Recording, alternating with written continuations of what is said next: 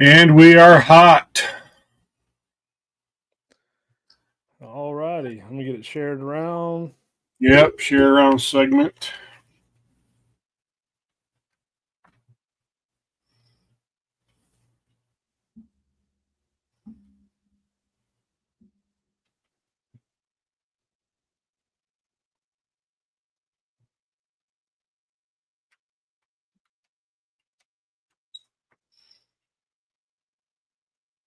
We are live right now.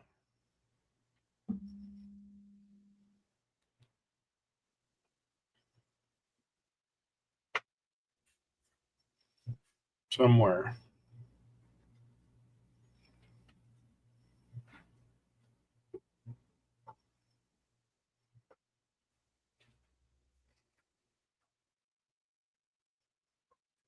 Hang with us, folks. We're getting it shared around a little bit here.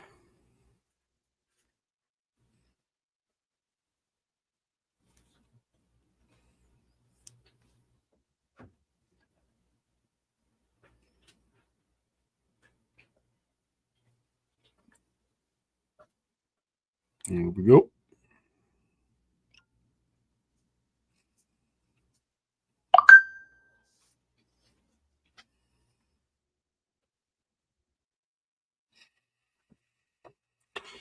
Hey, Blake.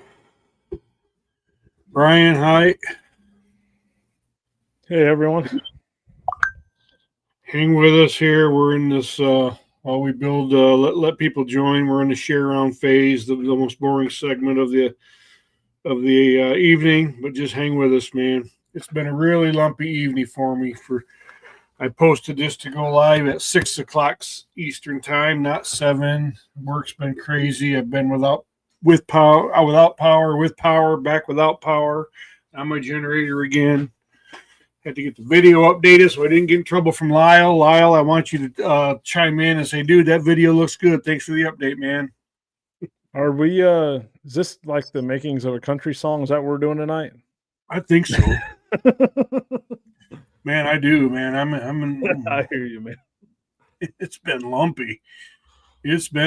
Okay, Kenny, you ready? I'm ready. Apparently I'm not. Let the music play.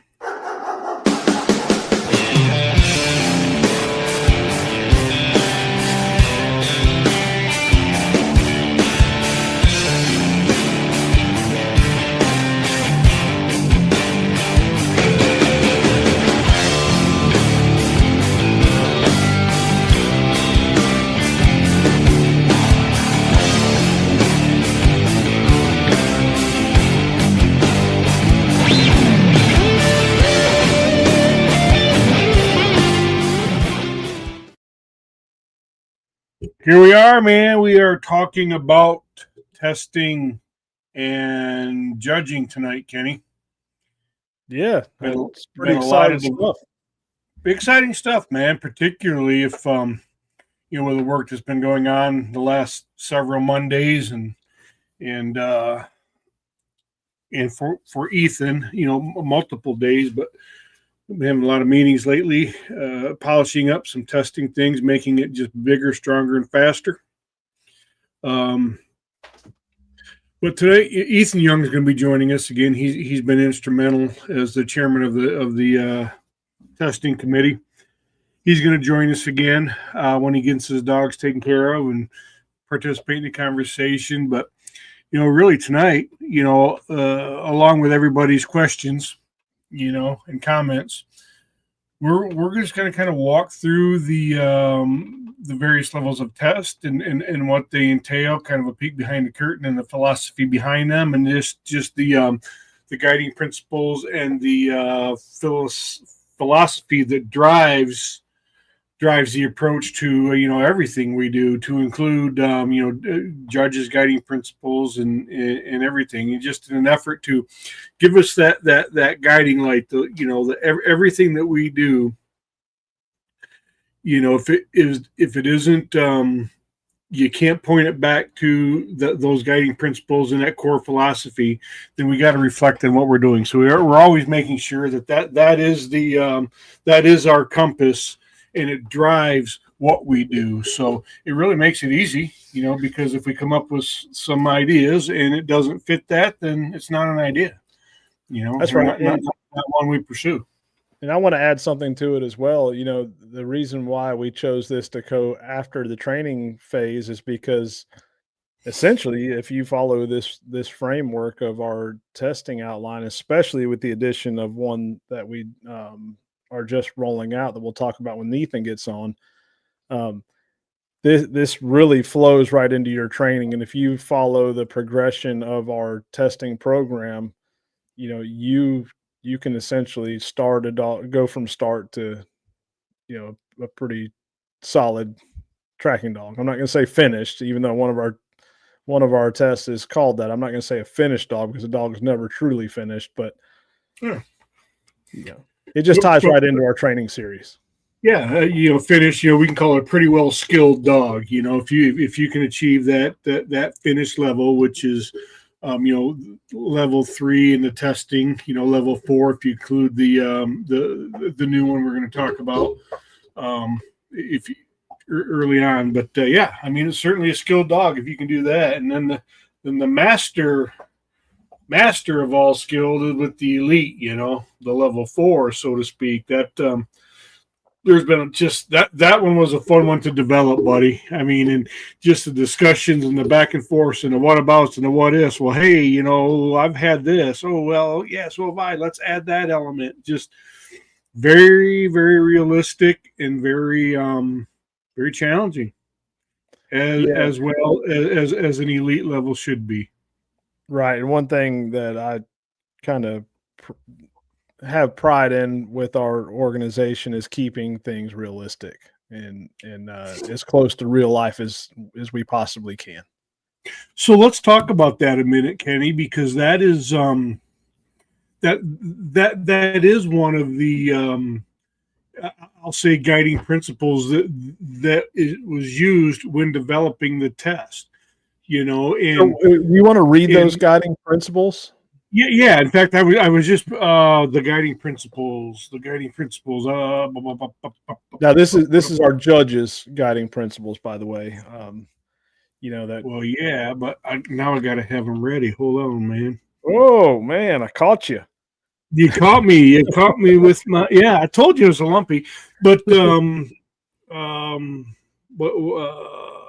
trying to go back too. Of course, we should have been prepared, but we kind of fly off the cuff around here, and that's just. Yeah. Hold on, man. No, you're good. I got him here. You sent him in chat, didn't you? I believe so, and I got him in my drive. I don't even know why I'm looking in the chat. It'd be so much easier to go to the drive.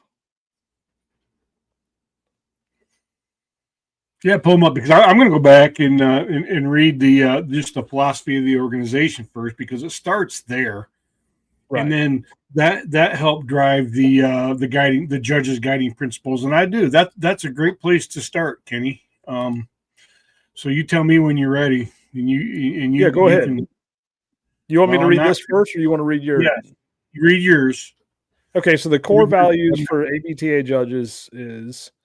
Judges play a vital role in our organization, ensuring that the process is fair, respectful, and reflective of the high standards of the organization.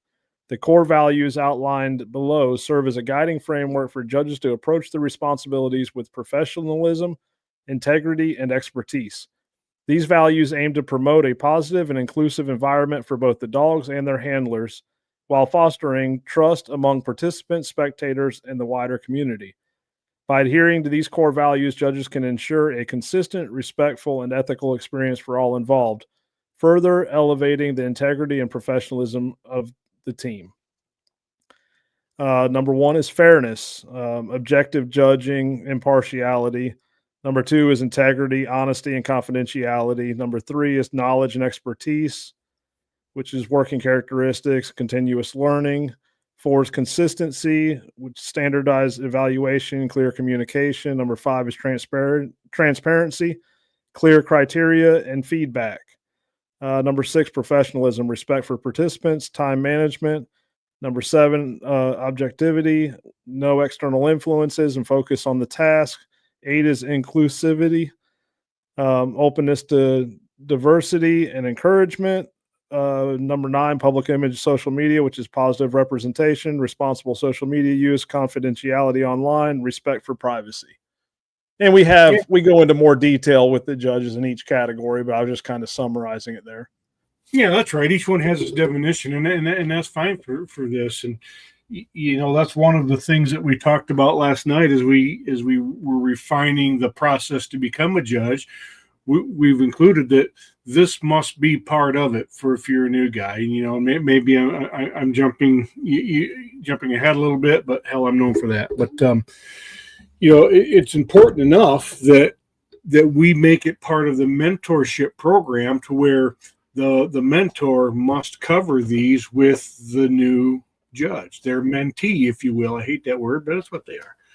And it is. But so coming off from that, let me just read again the philosophy of right off the website of the ABTA, and I'll do this as smooth as possible. The American Blood Trackers is a proud organization representing a community of dedicated individuals across the nation who share a common passion, using trained dogs to track and recover wounded game. Our members hail from diverse backgrounds and regions, united by shared commitment to ethical hunting practices, wildlife conservation, and the art of blood tracking. From coast to coast, our network of skilled trackers and their loyal canine companions work together to ensure no wounded animals left behind. We believe in promoting responsible hunting practices, supporting wildlife management efforts, and fostering a culture of camaraderie and knowledge sharing among members. Through the American Blood Trackers, we aim to provide platforms for trackers to connect, share knowledge, and learn from each other, promote the use of trained dogs and wounded game recovery, support conservation efforts and responsible hunting practices, educate the public about the importance of blood tracking and its role in wildlife management. So those two align. This is just in general. Then we took and developed it a little bit further, specific to the what we're expecting of the judges when they're engaging with the public, as outlined here. And it's it all boils back to ensuring we got the right people doing the right things for the right reasons. Right. That's right. So so you'd sent something, Kenny, and we read those guiding principles, and I started talking about realism. That's one of the things that I kind of noticed early on, even before I was invited to become a member of the team, is the focus on when tests are being developed. There was a very real and intentional focus on realism and how modeled after situations that you will reasonably and, depending on the circumstances, often encounter in the real world. And that has been a huge part of the focus as each one of these level tests have been developed. So right. And I don't know if we want to, how you want to kind of stroll through this, if we want to give them this. I'll start with an overview of, I think a lot of people are familiar with our started season and finished, our first 3 levels, I felt like it was pretty solid. One thing we wanted to do, there's only so many ways you can lay a line, minister test, but what we wanted to add in is not just the realism, but ethical practices as well. Yeah. And we want someone that is going to represent our organization through a certification to know and I guess you'd say follow and obey those ethical practices, such as recognizing that there may be a property that you may not have permission to go across. You need to be able to identify that and know what proper steps to take. That's why we have a property line in there. Yep. Just different things like that. a hunter interview, a thorough hunter interview. And although that's not a pass or fail, but it's a coaching moment because, we pride ourselves on educating and helping coach and develop the trackers, so, as we hear them give their interview, we'll share feedback if it's needed. Actually, we're going to share feedback even if it's not needed. We're going to say, "Hey, great job," Yeah. whatever. But again, everything that we're doing revolves around ethics and customer service and conservation. Mm-hmm. And the reason I say conservation is we are out there trying to recover every wounded game animal that we can, and that directly impacts conservation. Absolutely does. Yeah. And the ethical practices will ensure that we're able to continue doing this for many years to come. If we're just out there going rogue and just breaking all the laws, or we're out there and we just want to jump on a track too quick and we know it needs to wait because we want to make sure that we get it before someone else does, and we're costing people animals, well, guess what's going to happen? It's going to ruin the name of tracking. So Yeah. Yep. everyone was pretty familiar with those three, and then of course we went into the more advanced with the elite, which we'll share later. But as we were doing that, I sat back and I reflected on our whole program, which I'm not going to take all the credit, but I was very instrumental in the development process and kind of led the development process of all of these.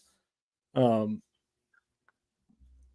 as we were going into the training series, and I started reflecting on the progression design system of our testing program, I realized there was something missing. And what was missing was what comes before that started level test. Mm-hmm.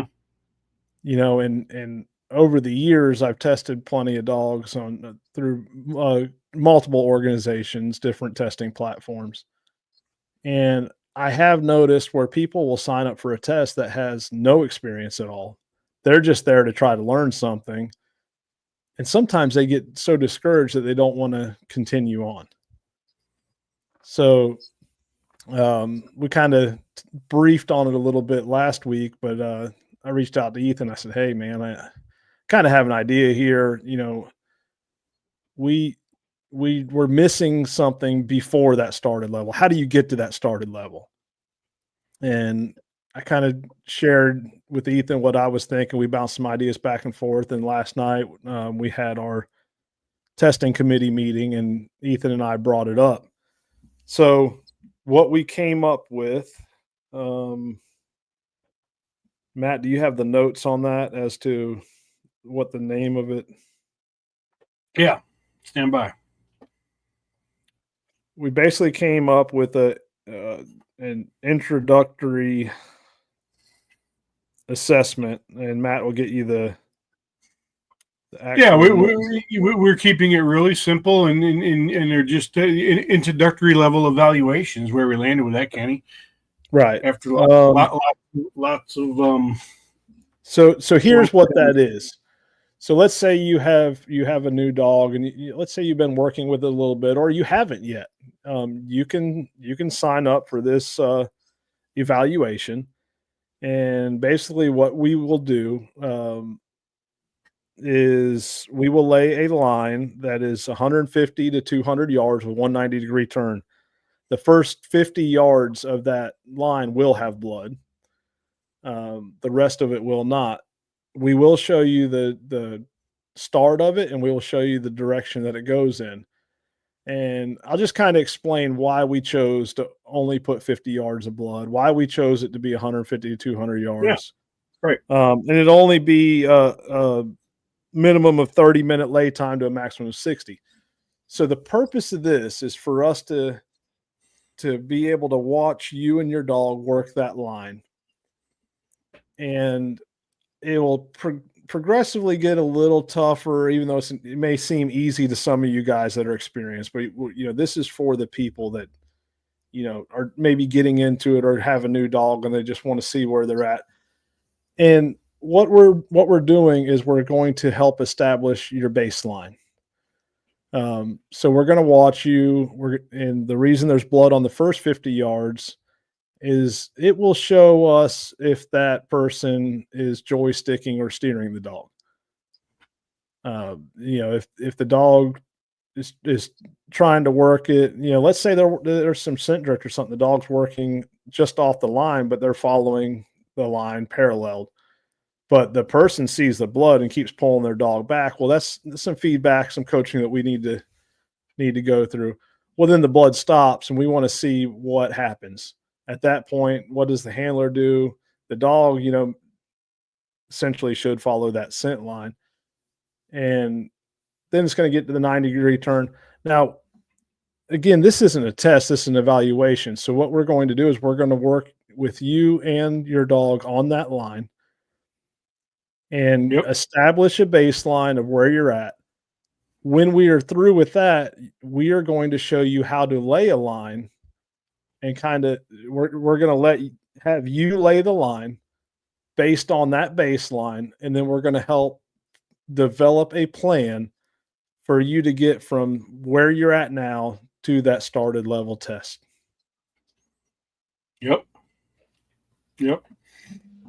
And I'll kind of read. It says, at the conclusion of this evaluation line, the judge will provide feedback to the handler, provide an overview of the ABTA testing program and started level test, then work with the handler to lay an additional training line and provide pointers for progressing their dog.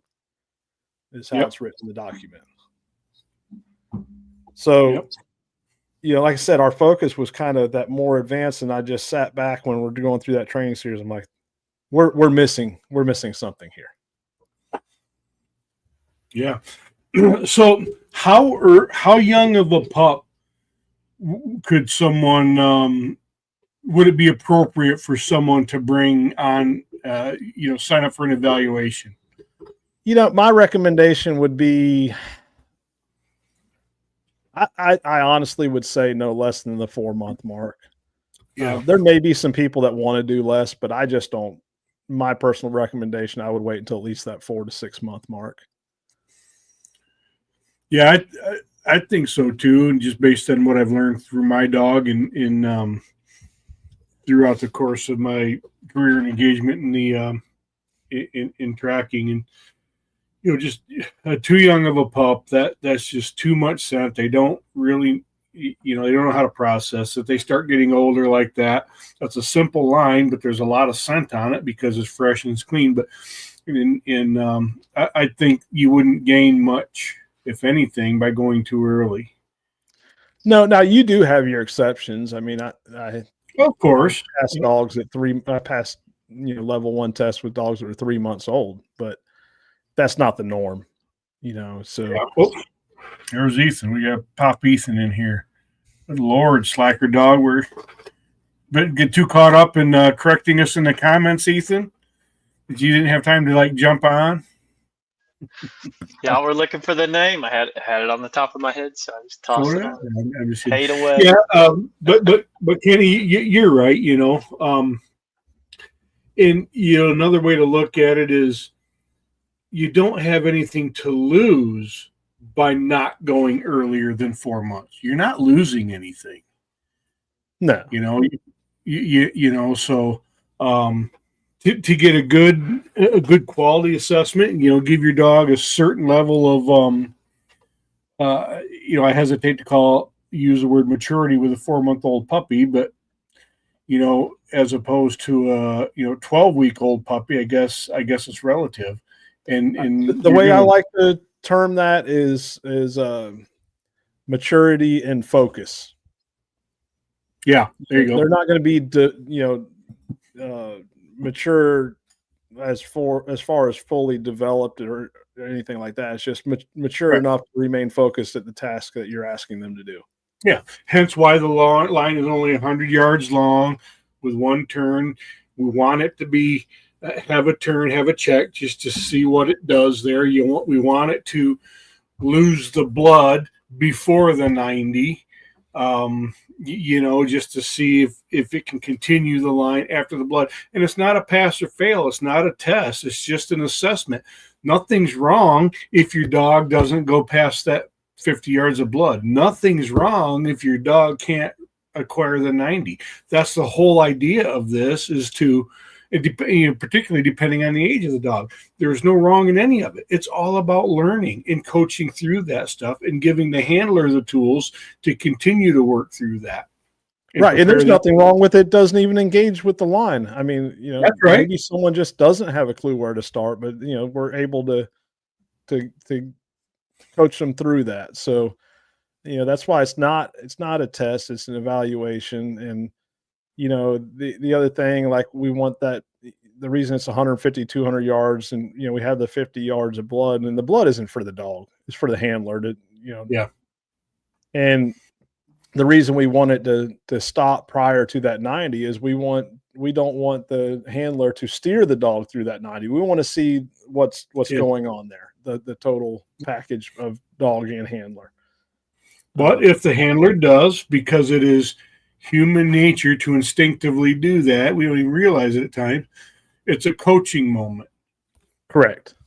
It's just a coaching moment. Ethan, do you have any? I mean, you and Kenny are the ones that really developed this. I'm just, again, be playing the role of the pretty face like normal. It's just kind of what I bring to the organization. You have any comments on the introductory level evaluation? No, that pretty well sums it up. I mean, it's an opportunity to see where you are, if anywhere, and get some pointers on where to go from there, and what testing a dog is and what the benefits are of that, and how the ABTA serves that role. So it's a pretty unique offering, I think, but a really compelling one for people getting into the activity. Yeah. Yeah. We want to set people up for success. Yep. Absolutely. And we have a couple of comments here I want to touch on. Like, Shannon Blocker said, trust your dog. Well, trusting your dog is good, but your dog has to be trained to be able to trust it. So that's what we're talking about there. I mean, yep.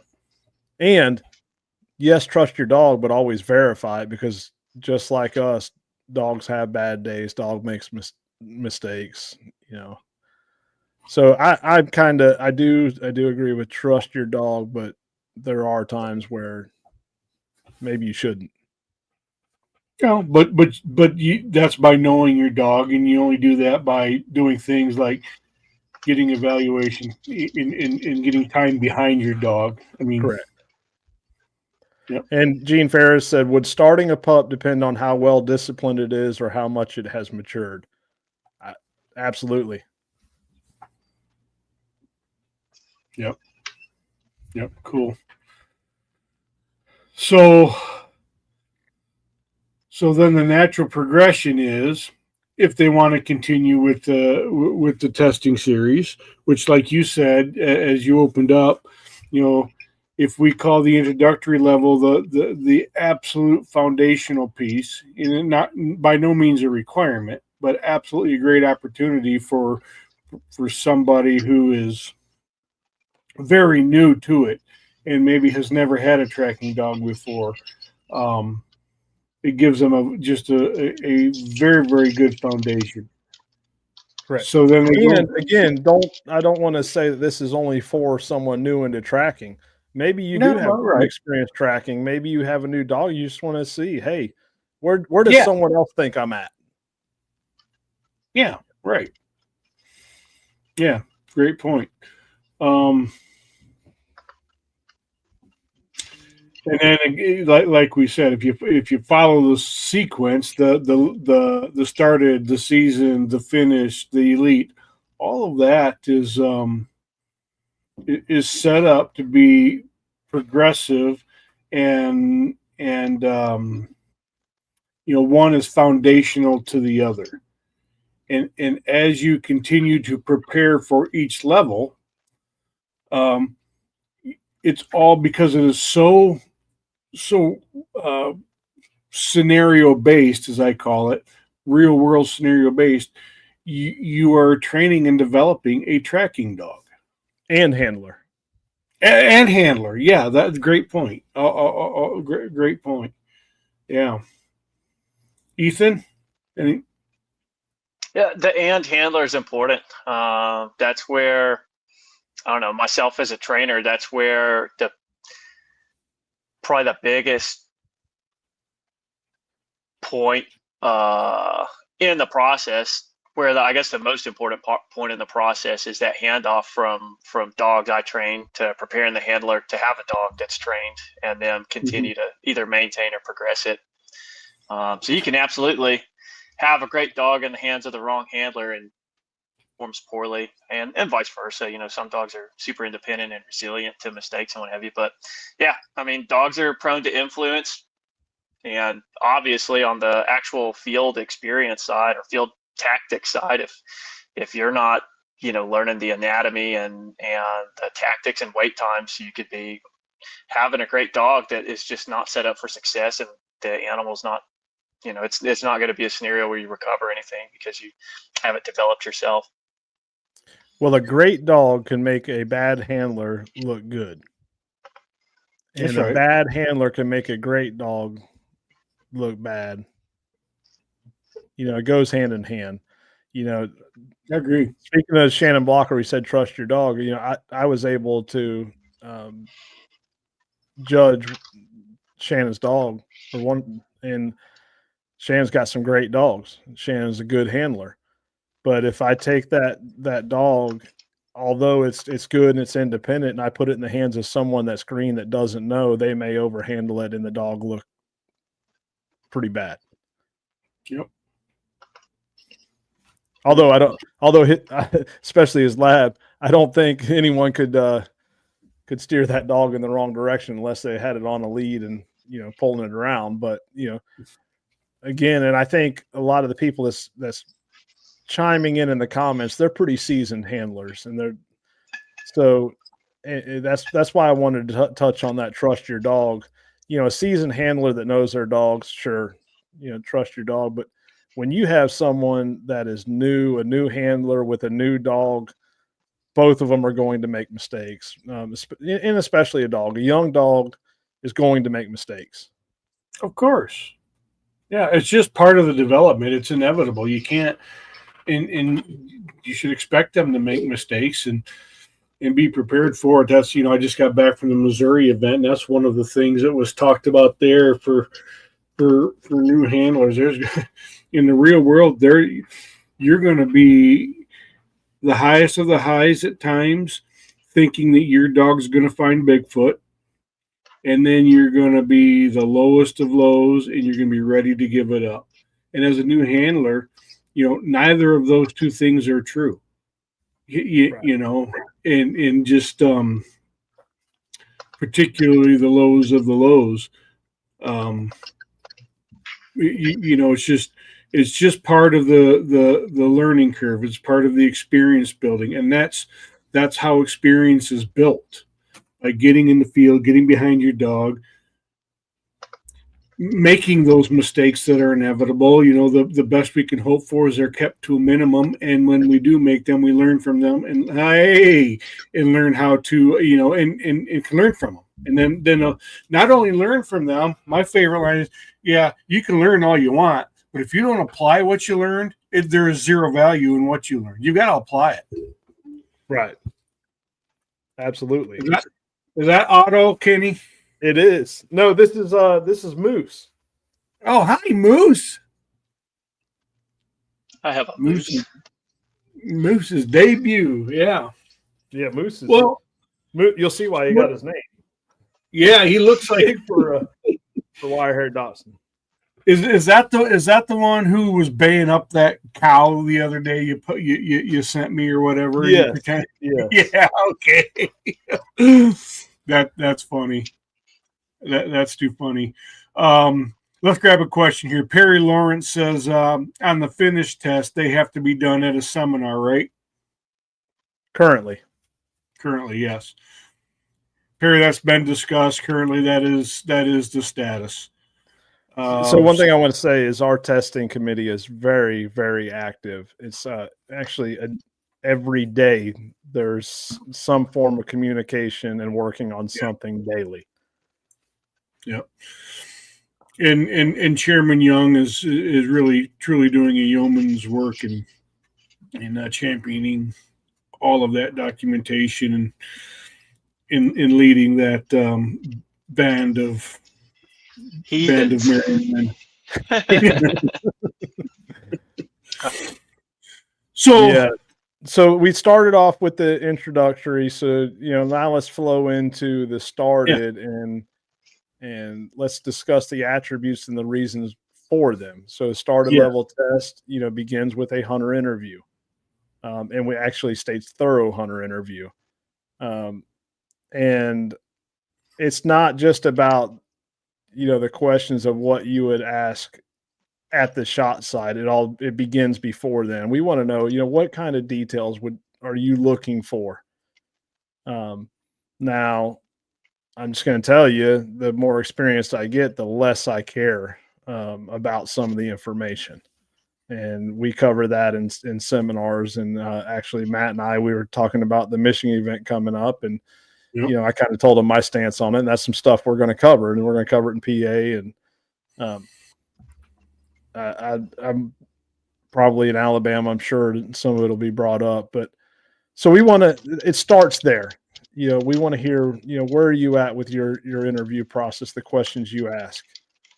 Then it goes into the lines, pretty basic line, 400 to 500 yards, 2 to 6 hours old, a wound bed. Now, you're not required to identify the wound bed, but, we like to see that you're paying attention and call it out. The property sign, we kind of discussed, why is there a property line there? It's for ethical practices so that you're cognizant of your surroundings. You pay attention, you ask the questions, hey, do you have permission to cross this property line? So, again, that's an ethics thing, and that's pretty basic test. You have anything to add, Matt or Ethan? I was just gonna see, is it possible for one of y'all to pull it up on the screen? Is that something y'all can do? Maybe. Yeah. Which one do you want pulled up, Ethan? I mean, y'all are discussing the started one. I figure it might be helpful to have them pulled up. May not. Michael Pritz, we will get to that question a little later as we get deeper into some of these tests. We're kind of going over the testing process and the reason for the attributes, and that will come up. Yeah, bear with me, Ethan. I don't have electronic copies. Well, we can talk through it. I mean, I got them pulled up here. I pretty much know them like the back of my hand, and people can always go on the website and pull it up and research it if need be. But as far as what I just covered, do you guys have anything to add there? No, not really. Maybe just the Blue Crew. The hunter interview. I think it's good because it's like you said, it gives you an opportunity. If nothing more, it can give the testee time to let them nerves dissipate a little bit, but it also gets them thinking about it a little bit. And and then one of the unique elements to it is that recognition of a property stop and just requiring them to acknowledge it, at that level. Right. And that's foundational. And I want to say acknowledge it because that's all that's required at this level. What's worth mentioning, Kenny, is we talk about this. Each one of these tests, you have the option to do it on lead or off lead. Correct. And some may not know that. So if you want to test on lead, great. You check the on lead box. You want to test off lead on the same test, you can. Provided we have permission from the landowner of the testing site.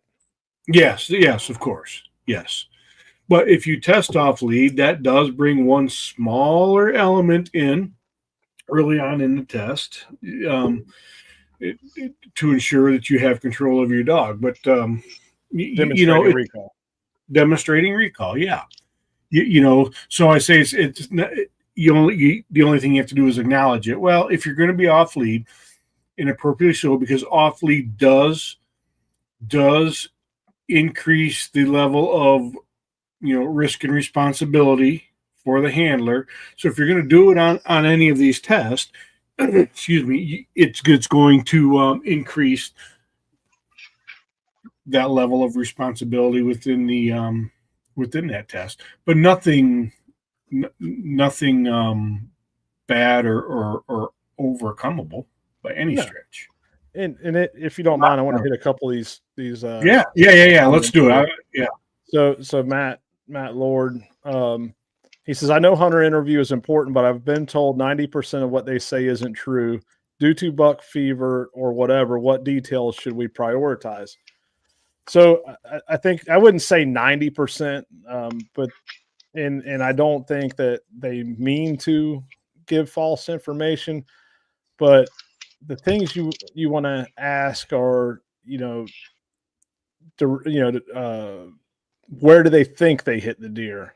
And oftentimes they're going to say, oh, I put a perfect shot on blah, blah, blah. Well, how did the deer react?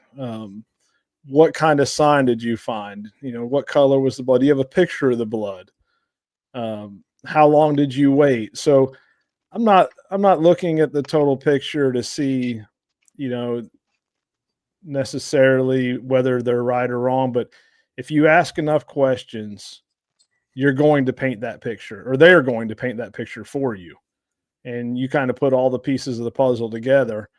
Now, Darren Miner, when I tested him, or it's actually Joe Tenney and I tested him, I like how Darren Miner did his interview, and I like sharing it because he asked questions, and then he would move on to another question, and then he would go back to the first question and ask it in a different manner to see if he gave the same answer. And that's probably because career training. His career in the background here. So, but there's tricks like that. But again, I don't put a lot of faith into where they say they hit the deer. Right. I honestly don't put a lot into reaction. Now, I like to ask the questions, and then of course when they say, "Oh, I hit it," it was a heart shot because it mule kicked. Well, I like to ask those questions because then I can explain to them, "Hey, a mule kick does not always mean a heart shot. In fact, it could be a clean miss." So we're able to give that feedback so that their expectations aren't unrealistic. A good one is, the deer dropped and it laid there for a few minutes, then got up and left. Oftentimes handlers are trained, oh, that's a back whack. You don't go on, it's low odds of recovery. All that means is that spinal cord was shocked and there was some temporary paralysis. That could be above or below the spine. That's why I go on them. Now, I will say the majority of the time it is above the spine. It's not a recovered deer, but it can be recovered. So, Yep. Yeah, when it comes to the hunt interview, Kenny, I totally stole this from one of my mentors, but I shared it with you during the interview. Much like you, although you have far more experience than me, my approach to the interview has evolved in my short career. In that, I used to ask all of those detailed questions and really try to process and think, and ended up outsmarting myself. So now, I ask those things because I want to know, okay, what color was the blood, to get a feel for the flavor, but just to see. But ultimately, there are, what I stole from my mentor, two things you're trying to determine: is the deer dead or going to die, and what time you should pursue it, save for property permissions and stuff like that. But if we're talking about specifically, the shot, that's really, really what you're trying to find out. All of these questions about the blood and the angle and all that, because you're trying to determine what organs may have been hit. Where they think they hit the deer. and that's what all in an effort to find out, is the deer dead or going to die, and what time should you go after it? Well, here's something else that a lot of people doesn't think about. And the reason I like to ask a lot of questions on the phone is I'm buying time. Something people doesn't think about. Time is always on your side, so the longer you keep them on the phone and you keep asking, and that's why I kept hearing typing. Yeah. The longer you keep them on the phone, you're buying time of them rushing you. Yep. So, I'll ask questions, and then I'll kind of share some stories, and kind of set some expectations, some realistic expectations before we even go. So I'm seeing some comments flying, like Shannon Blocker says, I quit asking any questions. I told the hunter to get me 50 yards and stop. I let dogs work it out. And I'm kind of that point. But again, if a hunter calls me and I tell they're super impatient, I'm going to ask a bunch of questions just to slow that down. And then I'm going to start talking through stories and just making small talk just to buy that time. So maybe a little trick to keep in your bag for when you need it. Yeah, I agree. Let's grab a couple more, Kenny, because they're starting to fly in here. Okay. Blake Schnarr says, well, at training event, after a test is complete, you then have to send off a screenshot of Onyx for your test for approval. How often does a test line get rejected and the test taker has to redo? I don't think we've ever had a post-test rejected as far as the line. So the line has to be approved before the testee ever shows up and puts their dog on it.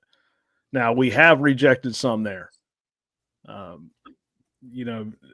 In fact, one of our board members was testing, and the judge laid the line, and the 90 was a wide sweep, and we rejected that line, and they weren't able to test that day.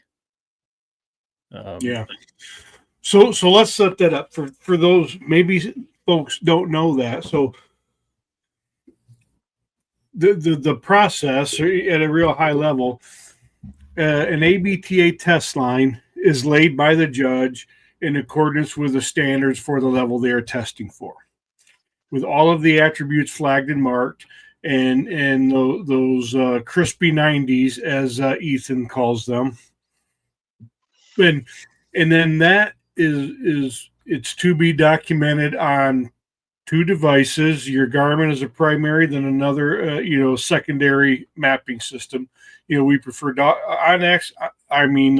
tracks for the documentation it offers, but Onyx is fine. It is acceptable.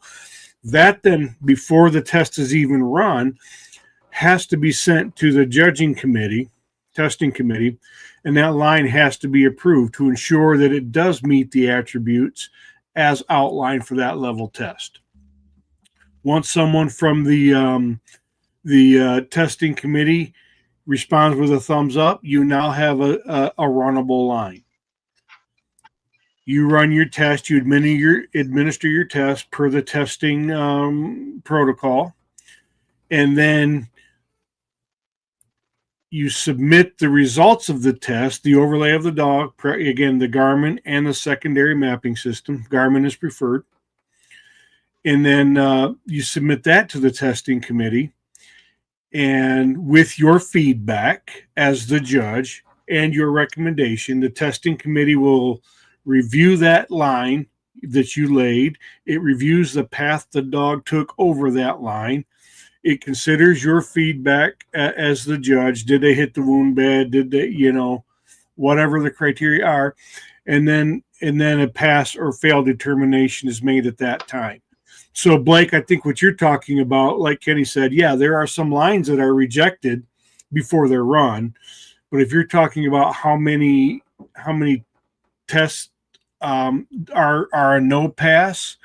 I don't know. Probably that percentage is as high as or as low as any. Well, I will say this: we haven't had many test lines rejected. I mean, and we'll get into that later on the training process of the judge.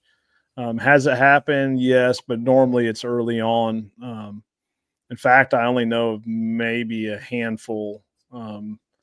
Now there has been some. I'm not going to hide anything. There's been some coaching where, hey, this will be okay, but we need to tighten it up a little on the next time.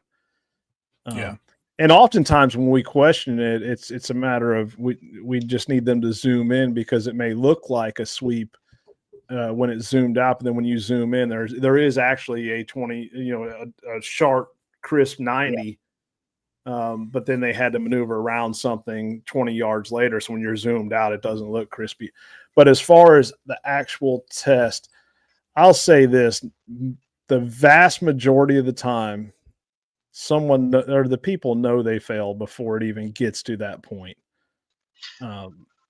Sure. And I'm pretty sure in the judge's procedures, it's like the judge must notify the testee if the failure criteria has been met, like as soon as it's been met, correct? Yeah. Yes. Correct. Yeah. Yep. Yeah. And to go back to like test lines being rejected, all the rejection happens during the training process, because that's when people are sending we're sending spaghetti, screenshots of everything. So by the time somebody's got that seal of approval as a certified judge, they've sent in a pile of good looking lines already. They've demonstrated that they can lay them to standard. That's exactly right, Ethan. So and we'll get, like Kenny said, we'll get into that as we get into the judge's process and stuff, and what they have to do, what I'm going through right now, and of getting all of this wonderful feedback and mentorship from folks like you guys. Now, I do want to add, we have had judges submit lines, and their recommendation may have been a pass, but they were on the fence, or it may have been a fail and they were on the fence, and then the committee reviews it and makes the final determination, and it does happen. We've had people pass that, it may not have been the prettiest, but were all the boxes checked, and that's what we come back with. Hey, did they check all the boxes? Well, yes. Okay, then it's a pass. Yeah. So we're doing everything we can to remove the politics from it. And and making it objective, not subjective, right? Cool. All right. I mean, comments are flowing in. You want to nail some, or you want to? Yeah, we can keep nailing them. Ethan, do I have to put yours up there? You're answering questions.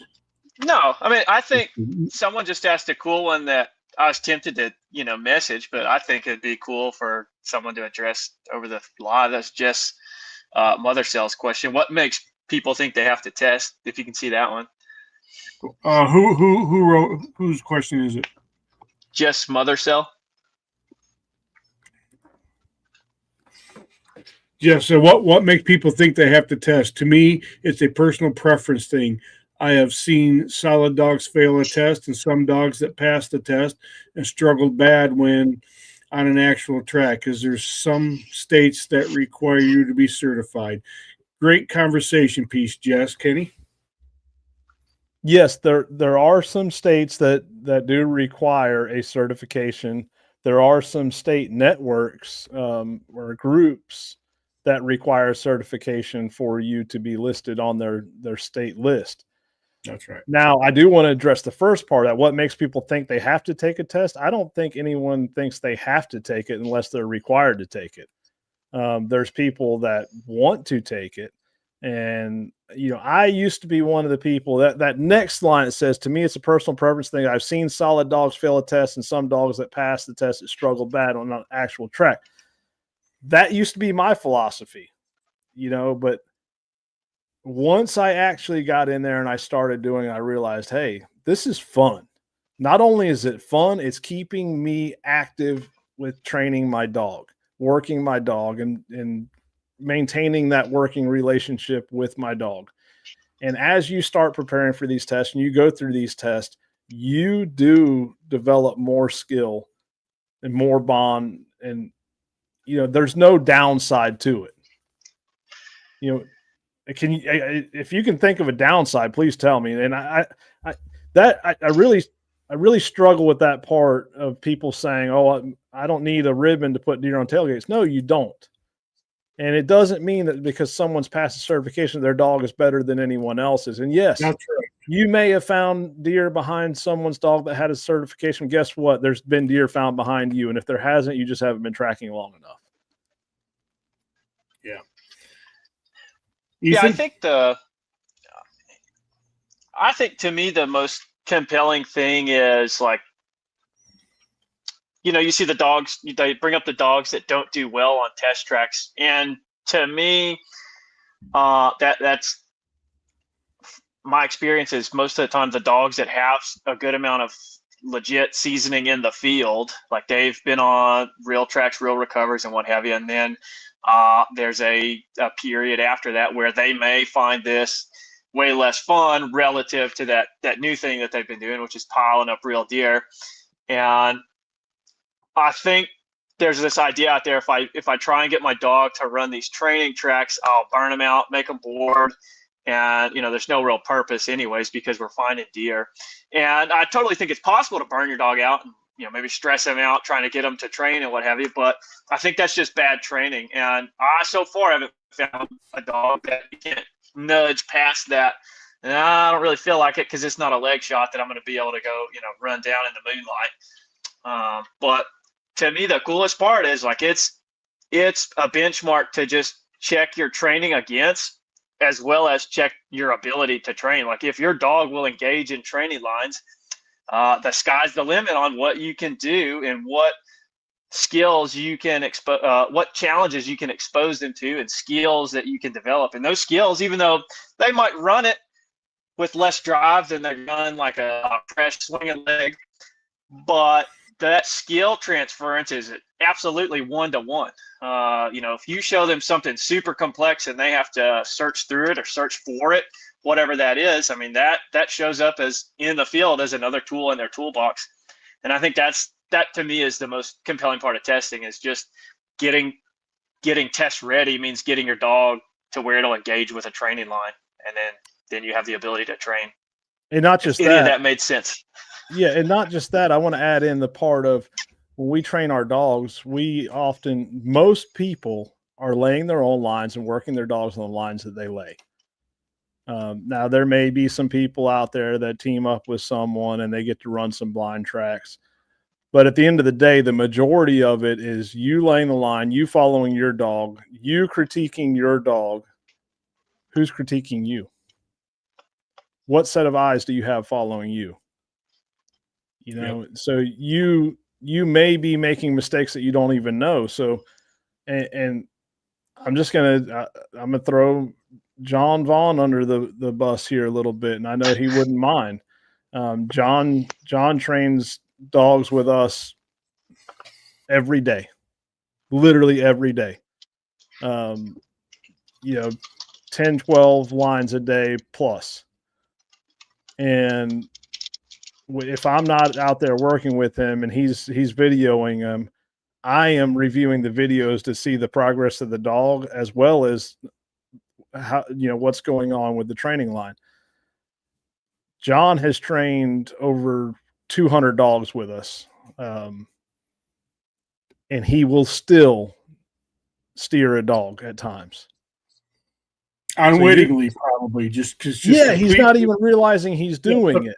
Right. So if someone that does this as their profession, and there's not many people out there that lays and runs 10, 12 plus mock trails a day, every day. And if someone that has been doing that full time, John's probably been with us full time for a few years now. And if someone at his level is making those mistakes, inadvertently, you likely are at times only doing 1, 2, or 3 a week. Yeah.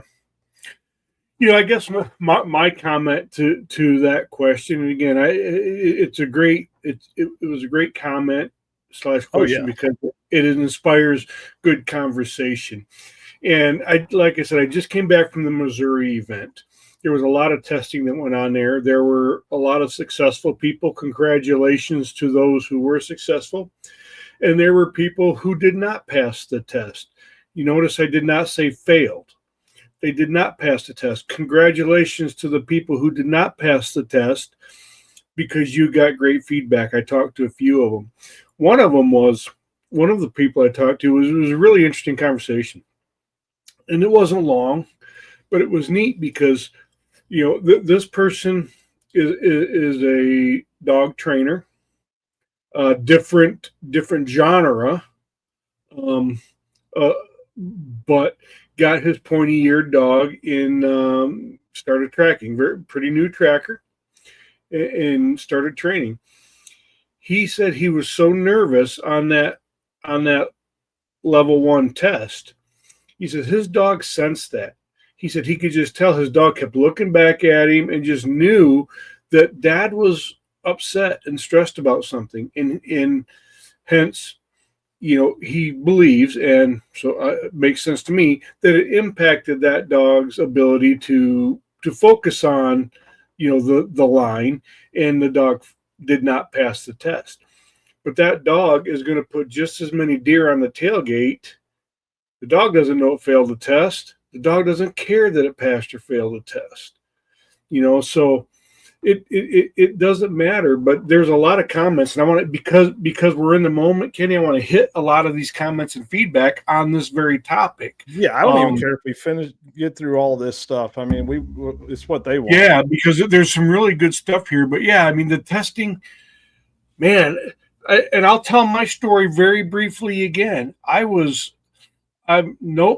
needed my level 1 certification in the state of Michigan at the time. It's no longer required. And I needed a level 1 certification to be in my tracking network. I think most of the requirements are going to be at the local network level, more because I think there are very few states that require a certification. Michigan doesn't anymore. But once I had what I had, I was done, because it didn't get me anything. That's what I thought. I've told the story a million times here and on my own podcast. And then I realized just how short-sighted that perspective was. I was I was holding myself back. I wasn't getting because I wasn't allowing myself to get feedback from a more experienced person, simply because I was afraid of failing the test. I didn't want to fail, so my ego defense mechanism went up, and I started making the excuse that it's because I don't need. It doesn't get me anything. That was very short-sighted. After I broke that, knocked down that barrier, I quickly took my 2 very successfully, and I worked hard to prepare for it. I got some great feedback, and the feedback was validation feedback, and that was wonderful and a great confidence builder for me. And now, I'm going for. I have 2 more tests lined up, and then a third one. I'm going to test for my level 3. Because I promised somebody I would, and by God, I'm going to do it because I promised them I would. And now, if I don't pass these tests, will I be bummed? Yes, of course I will, because I'm working hard for them. But the value does not lie in the pass or fail. The value lies in the preparation and the feedback you get from experienced people. That's the value. Right. Are you? So let's just Nicole Sherwood talking on this topic. Here in New Jersey, we have to either hold an ABTA starter certification or a UBT1 certification before we can even get our required fish and wildlife permit to track. So there it is. Michigan used to require that. They don't anymore. And I actually flew to New Jersey and administered her test because she was having trouble finding an avenue to get that certification so she could track. Yep. Um, And one thing I want to ask you, Matt, yeah, if you weren't testing, if you wouldn't have wanted to go for your UBT1 or your UBT2 and now are testing, do you think you would have been out there working your dog as much? no, not. I would have continued to work because I enjoy it and I did want to develop and get better. But when you put the word as much, absolutely not. Because I teamed up with my great friends, Brent and Jeanette Ladd, right here 20 miles from me. And we got together for like 3 weeks straight, maybe more, for about a month.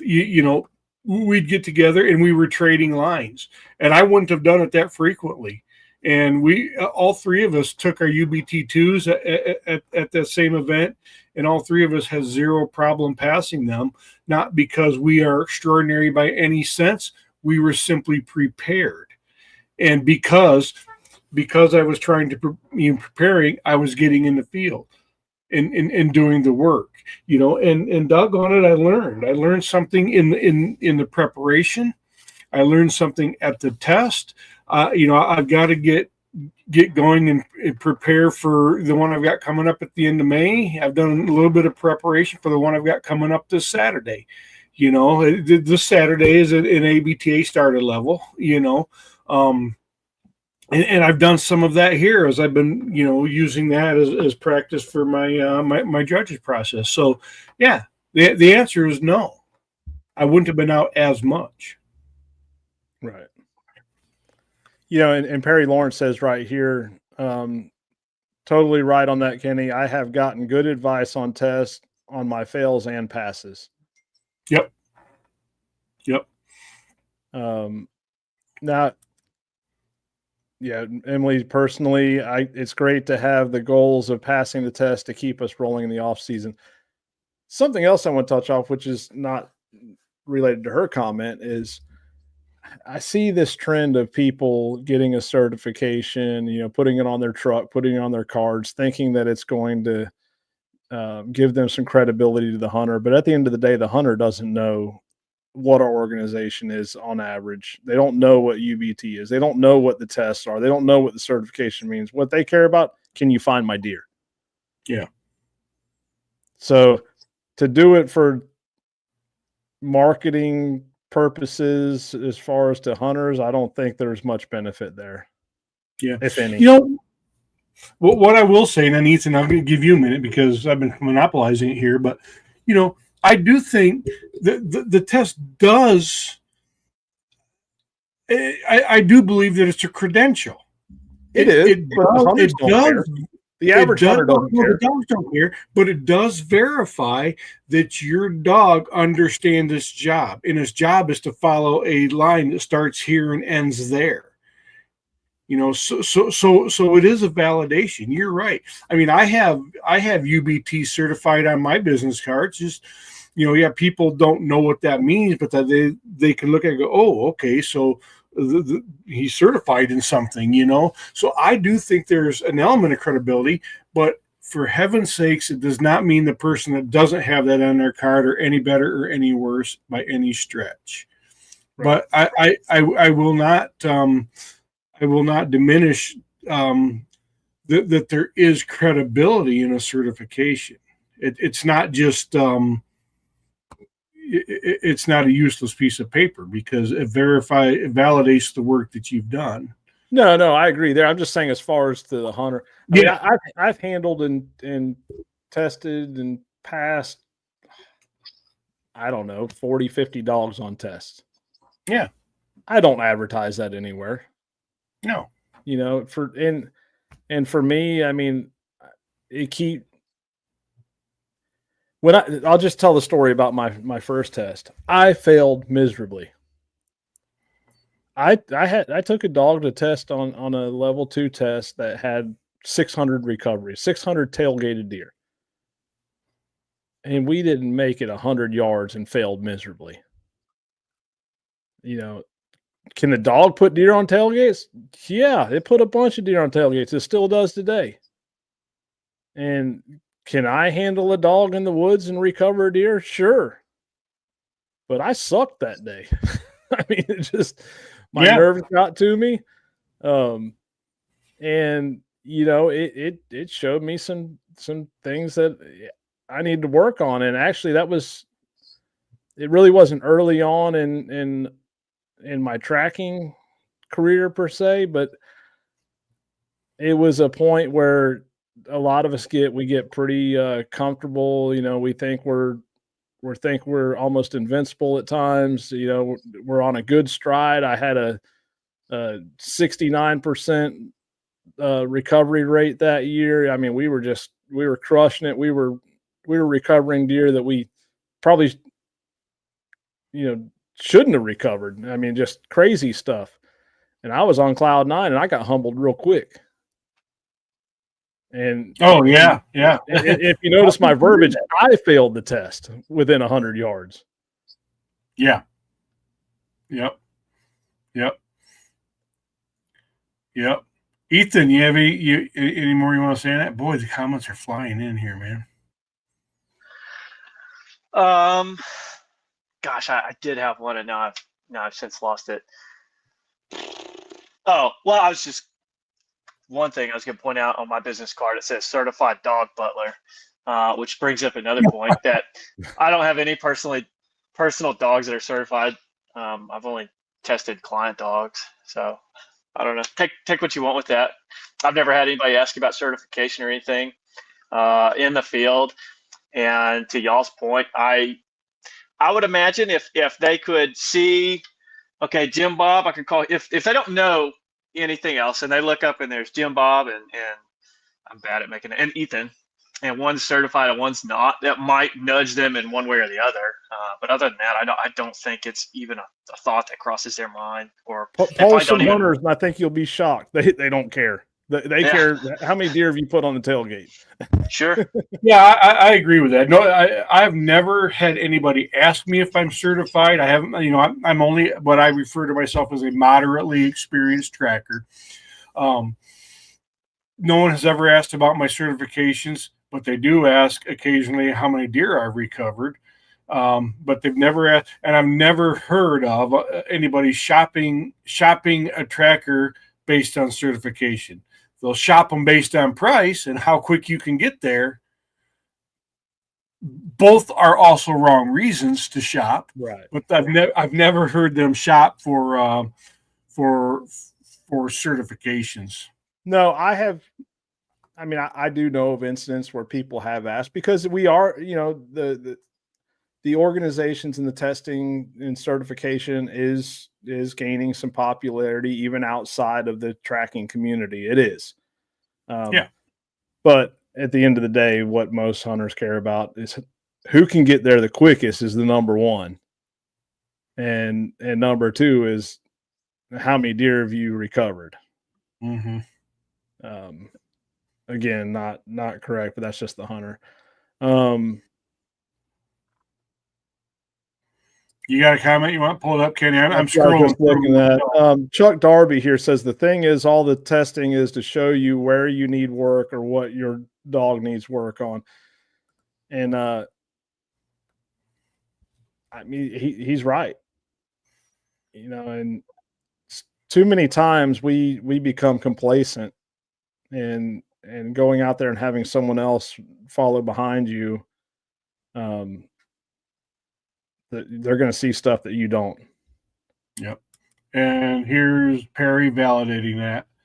Totally right, Kenny. I've gotten good advice on tests on my fails and passes. And let me just Just Mother Cell appreciated the feedback on his comments and questions. So thank you. Let's touch on the one right below that, Shannon Blocker. What's the negative to a seasoned dog having a pup to teach him through a season? I am a firm believer that you must train every dog independently. If not, you are likely going to end up with a Me Too dog that's just going to tag along and want to get a participation prize because they followed the other dog to the prize at the end. Shannon, I don't know if you noticed, Ethan about broke his neck, shaking his head yes, and an affirmation to Kenny's statement. So I tried it with the dog I worked really hard on in the summer to see. We ran, I don't know, we recovered 10 or 12 deer with him right out of the gate. A dog I trained during the had some theories because we used to run beagles and we would keep our really good dogs separate because a lot of times, you'd see if there was a lead dog that would outwork the others, they would just kind of develop this complacency and say like, I'll just wait till the fun starts. And I know of some people that have pack trained dogs and had some really good dogs realize we're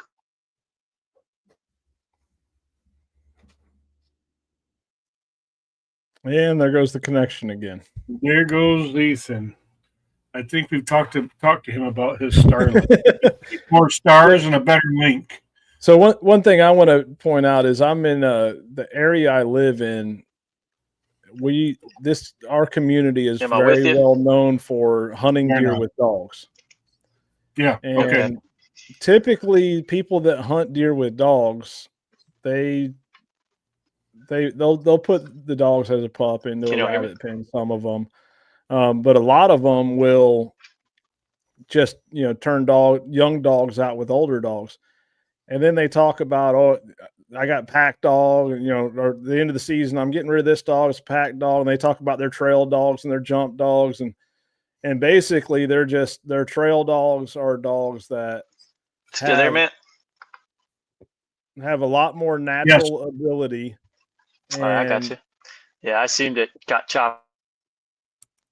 Yeah, he's still having issues there. Looked like it got real choppy there, but yeah, you're still having issues apparently.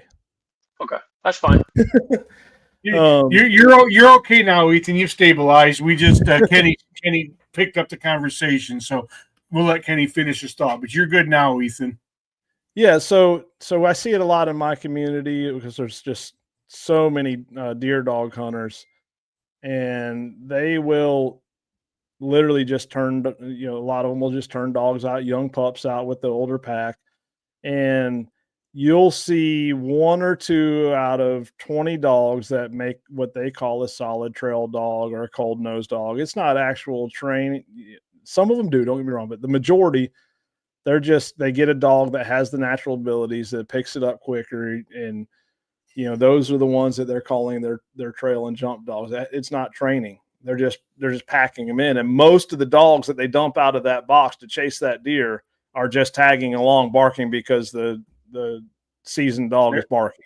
Yeah, because everybody else is. It must be the thing to do. Don't know why they're doing it. Yeah. I want to put this one up here because Rodney, you're asking, what are you dragging? And I want to put that up there because is that a question, clarifying the comments, is that a question of how we're laying a practice line or how we're laying a test line when you say dragging? Because we want to clarify that if that's what you mean. We're not dragging anything, and I think that's important. So let's drop another comment. Tony Hayes, I no doubt failed my first UBT2 last spring simply because of nerves. I don't think I've ever been so nervous. Yeah, So someone messaged me, Michael Beck messaged me, and he said, feel free to share my story if you'd like. Yeah. So we went to Pennsylvania, Michael Beck, and I had been kind of following some of Michael Beck's training on social media, on Facebook, as I do many of you guys, and you probably don't even realize it. I sit back and I look at this stuff, and I'm looking at Michael Beck's training, and and one day I actually reached out to him and gave some critiques and feedback, and he was receptive. Anyways, we get there to test, and he goes out, take his started level test, and he comes back literally, and this is no lie, literally in tears. And he was so frustrated. He was about to leave. He said, just keep my money for the seminar, blah, blah, blah. I'm like, what's going on? So I go and talk to the judge. I said, hey, what happened? He said, man, he just got nervous. he failed, and there was a little more feedback in there. And so, and I've done this at other events too. This isn't just with Michael. I went to another judge, Jason Byer. I briefed Jason on what happened. I said, "Hey, Jason, go grab a pair of tracking shoes for me," while I talked to him. And I'm talking to Michael and Ralph and I, and we're like, "Look, you failed because of your nerves. Don't let this discourage you. Don't give up." So Jason went, and I said, let me lay a line. Let me see if maybe something's going on that you're missing. So we lay a line and we wait. And I gave Michael some feedback. I said, "Look, I don't want you to handle your dog. Hold on to the lead. Let the dog take you where it wants to take you. And let's see what's going on." The dog smoked it. And that boosted Michael's confidence like through the roof. Oh, sure. Yeah. And he's like, "Man," I said, "Look, you have it. I knew you had it before you even tested today. I thought it was just, you were going to breeze right through it." But his nerves got to him. And we took that time to pull him to the side, and not to coach him on how to pass. It was to build his confidence, because in the shape that he was in, he would have, who knows, he may have never tracked a deer again. We don't want people to leave discouraged. We're not going to give a test away. Don't get me wrong. We're not going to give a test away. But, keep that in mind. When you get there, it's not, even if you don't pass, it's not a reflection that you're a bad tracker or you have a bad dog. Sometimes there's other things like nerves, and we pulled him aside, and guess what? When he came back and retested, he ran it flawless. I mean, when we got the notes from the judge that administered the test, that he said he just did amazing, I think was the exact words. I have to go back and look at it. Yeah. Yep, for sure. Yeah, that is a good story. And I've had the privilege of hearing that one before, and it is a nice validation for sure. There's a lot of comments in here talking about validation. That's why people are testing, just to validate that they're doing that their work is producing the results that they're looking for. There's a lot of that in here. Okay, Rodney responded and said on the dragging test line. So we don't actually drag anything. We use hooves, and actually our standard is we use hooves and Wascow tracking shoes and 2 ounces of blood that will be equally distributed for the early on tests. It may not be equally distributed strategically on other tests. And the reason we use Wascow shoes is not because we're necessarily a partnership with that company. We want consistency. We want it to be as fair and consistent across the board as we can. Yep. Boy, look these questions. Yeah, we're gonna have to just roll with comments because there's a bunch here. That's what I think. Let me scroll up here because I've been, and let me just pick up on let's just hit them, okay? Dustin King says in Alabama, our state tracking pages, they put if the dog is certified or not on the handler list. I think hunters do tend to call the certified dog handlers more. I could see that being the case. In fact, I might do that. Maybe. Well, I will say this: on the Alabama list, my certifications are not accurate on the Alabama list. I still get a bunch of calls. Yeah. Yep. Let's see what Wesley Bivens says. I'm a brand new handler with a 6-month-old working towards started test. The reason for me to test is self-validation that we are on the right path. Absolutely. Yeah. And that's the best reason right there. Yep, absolutely.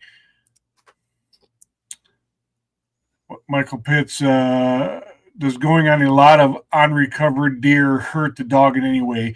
This is always. I like this question. I I love do this too. question. It's a good question. Go ahead. No, it does not.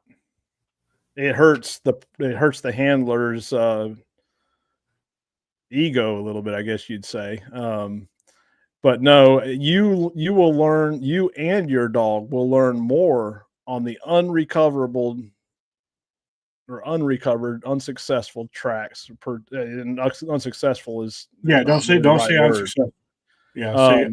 But not recovered deer, you will learn more on those than you will on a recovered deer every time.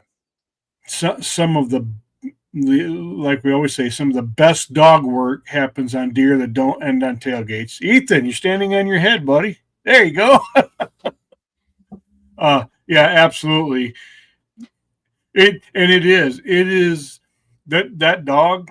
The dog's doing what it loves to do, smelling a fun scent and following it as far as it can. But the hunter, it can, and I mean the handler, it can grate on you, man. It can grate on you, and that's where, how do you? That was one of the topics. One of the questions. How do you get out of a slump? You know how you get out of a slump?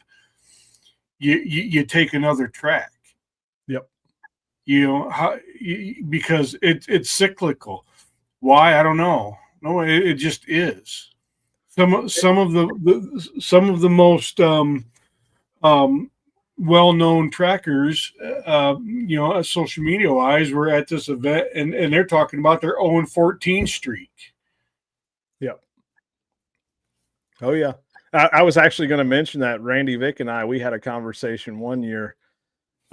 He started out 0 and something. I started out 0 and something, and we're calling each other like, what in the world? And then next thing you know, I went like 18 in a row, and then Randy's just banging them out, and then all of a sudden I drop off. He's still going, then I get going, and he drops off, and we're conversing about it. Just when you don't screen calls, that's going to happen.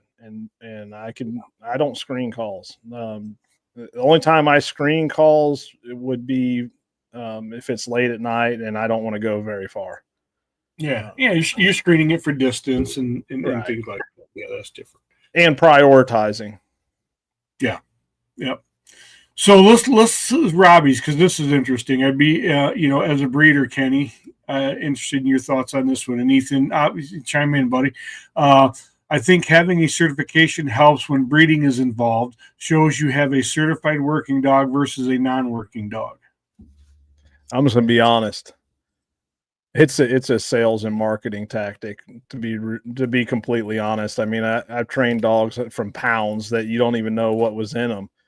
Now, and I know there's some breeders out there that's gonna chastise me for that, but is there some validity to it? I mean, yeah, I mean, it does show that the parents are, working dogs and trainable, but at the end of the day, I can train a pound puppy to track a deer.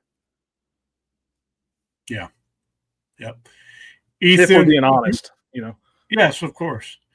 Look, man. So Ethan, is this in response to the question? Will tracking dogs on non-recoveries hurt a dog? Yeah, yeah. Well, I replied to him. Into it, buddy, because we didn't give you a chance, buddy, and I really apologize. You got to jump in there. Oh no, that's all right. Yeah, I mean, if they're legitimate non-recoveries, I mean, if they're unrecoverable deer, I haven't seen any issue with my dogs losing interest in the task. I've seen them.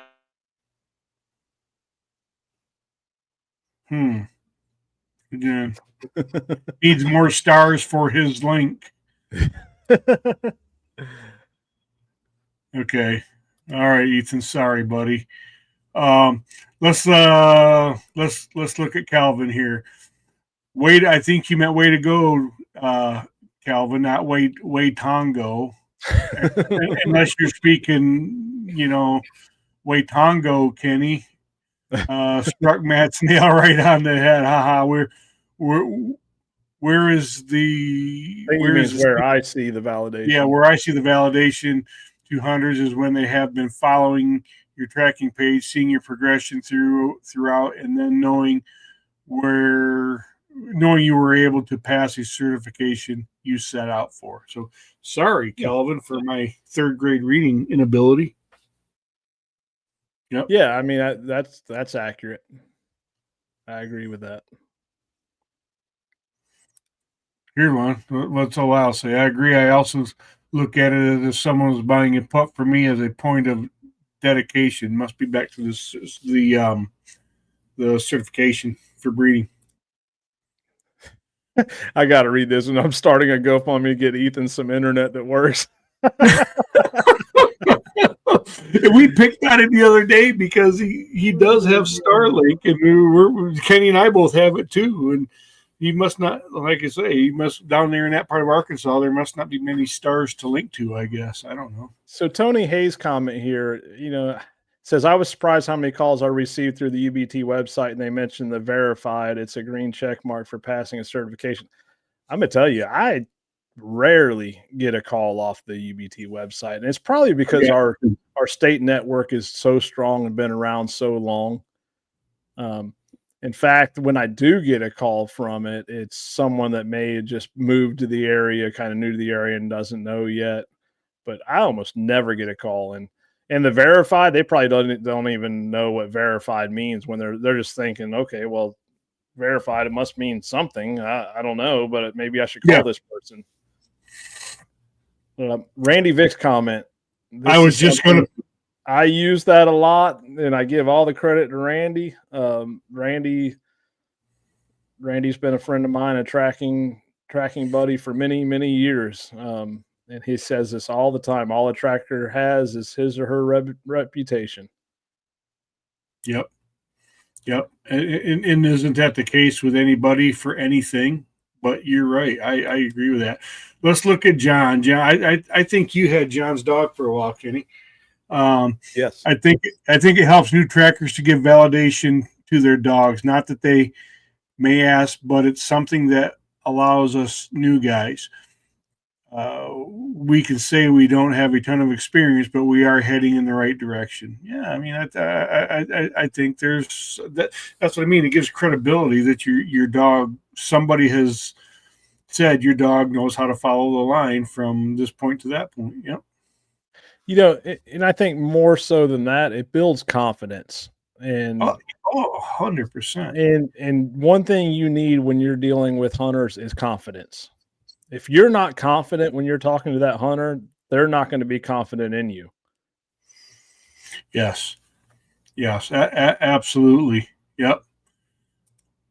Courtney DeMello, at my local sportsman club, I got invited because I was certified. Otherwise, I agree. The certificate is between you and your dog. Yeah. So there is value in testing. Value in testing. Again, not that it makes anybody better than anybody else, but there's value, whether it's personal value, whether it's external value like this. Kelly York's right there. Yep. Well, I have to say I got certified simply for me. Way to go, Kelly. I need to lean and the knowledge that I got. I need to learn, and knowledge that I got that weekend was beyond measure. Yeah, and he probably will say this, but he probably learned a lot just from us standing around talking. People doesn't realize all the sidebar conversation. You're going to learn a lot just in that, being at these events. That's where the gold is. I mean, the material, the presented material is good for sure, but the gold lies in that campfire stuff. Bob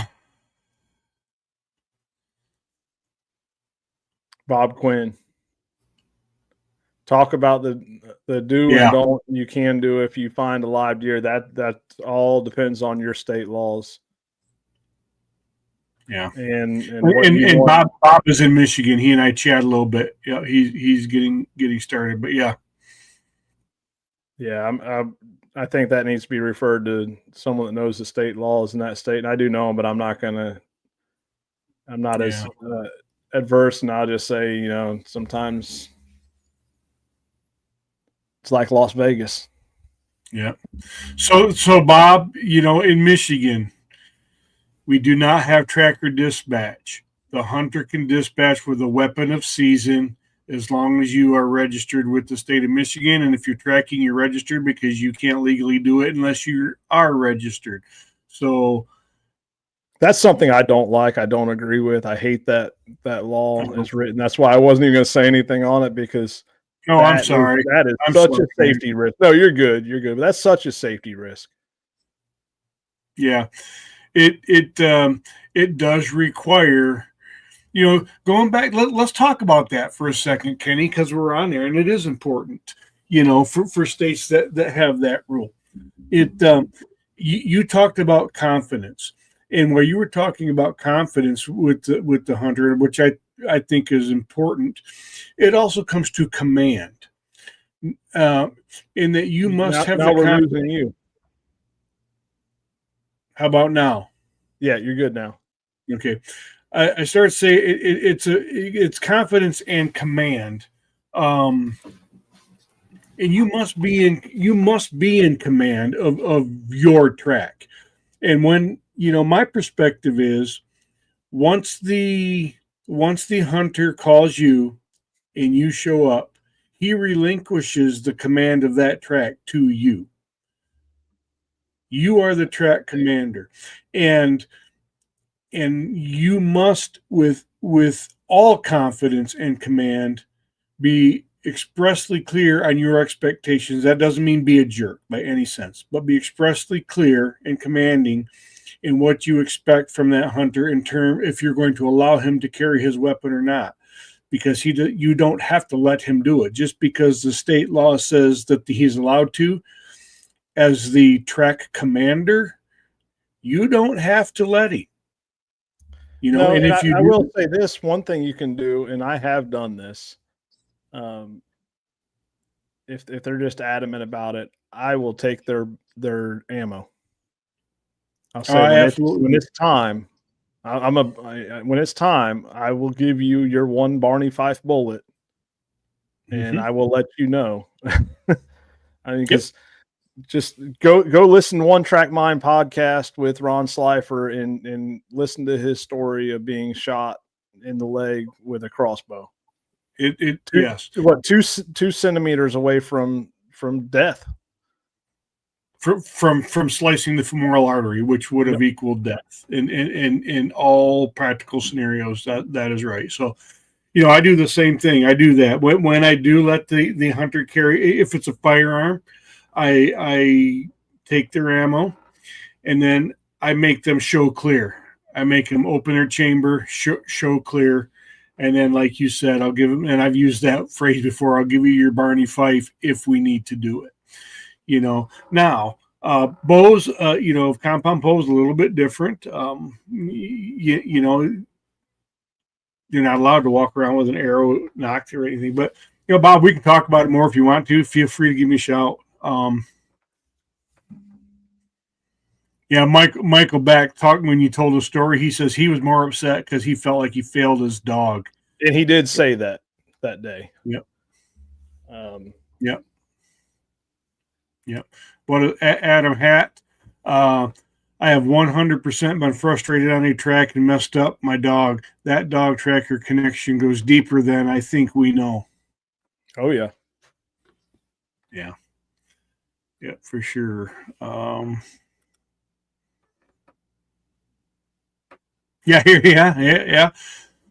We've all been there. Kelly says again, I was told at the end that my dog was not the problem; it was me, and I was able to get so much help I would not have gotten otherwise. Yep. We are always. I heard a lot of good feedback about his dog. Good. Yeah. We are always the weakest link. It's just the way it's going to be. You see one, Kenny, you want to grab? Let's see. Let's go to Bob Bluebells. So I questioned that a couple of times this year and felt maybe she wasn't doing her job. In reality, it was in most cases poor shot placement. I went on many that I had a pretty good idea before leaving home we weren't recovering the deer, but I keep hearing you don't know unless you go. I'd go through maybe 4 or 5, and then she's make me a believer of me with an amazing recovery. You know, and that's why I go on every track I possibly can, whether I think it's a successful track or not. And another thing, spending all this time with your dog, learning to read your dog, and that's what the training is really about. Once you get to a certain level, you know, once you get to a certain level, it no longer becomes more so of you training the dog. It's actually you're training yourself, and you don't even realize it. But you start learning the cues, and same thing with going on tracks. You're going to learn more and more about your dog. And that goes into a story I've shared multiple times. My dog Dixie, and I'm kind of going to share the story, but my dog Dixie, if she knows that deer is not fatally wounded, she will come back and she will jump up on me and everyone else. That's her tell that hey, Dad, we're not getting this one. And so I share that with the hunter. Before, you know, like if I know I got called for a back whack, and I told the hunter on the phone, I said, look, I'll come. Actually, I'm sorry, it was a miss. This one was he didn't know if he hit the deer or not. That's what this one was. And I said, hey, we'll come, and she'll tell me. And so then I'm on my way there, and then more information comes out. Well, I did find blood. Well, it did hit the ground and flop around a little bit, but I thought it was because it was startled and I missed because I couldn't find blood. Yeah. So then I just told him, I said, look, odds are we're not going to recover your deer. But I'm going to come because there's a chance, and this is what my dog is going to do if it is not a recoverable deer. And early on, years ago, I would have spent 3-4 hours out there trying to please that hunter, where now I know my dog's sign, what it's going to tell me and how it tells me, and I convey that to the hunter beforehand. And now instead of being there 3 hours, I was there 10 minutes. And the hunter was satisfied because I was confident and I knew my dog. Yep, that's just going to say. I get a call this year. Someone tracked a deer for someone. I forget what state it was now. And the person tells me, yeah, I tracked a deer for this guy. And he told me, yeah, I had a guy track a deer for me one time, and the dog jumped up on him and told him that my deer wasn't going to die. And the person says, yeah, I know Kenny Mullins too. In Dixie. That's funny. That's funny. Yeah, a lot of people picking on Nathan here, appropriately so. Picking it, Dylan. I enjoyed testing, whether it's a pass or fail. Your judge may see something you're doing wrong, or spot something your dog's telling you that you didn't notice. It's always a good chance to learn from someone with more experience. Judges see way more dogs and handlers than most of us. I personally can't wait for the day I am ready to become a judge, just to gain that extra experience behind other breeds. Yeah, it's. And let me tell you, it not only do you gain the experience behind other breeds, you gain so much experience that will transition into your tracking from being a judge. It's unreal. I've heard that from multiple judges, and UBT or ABTA doesn't matter.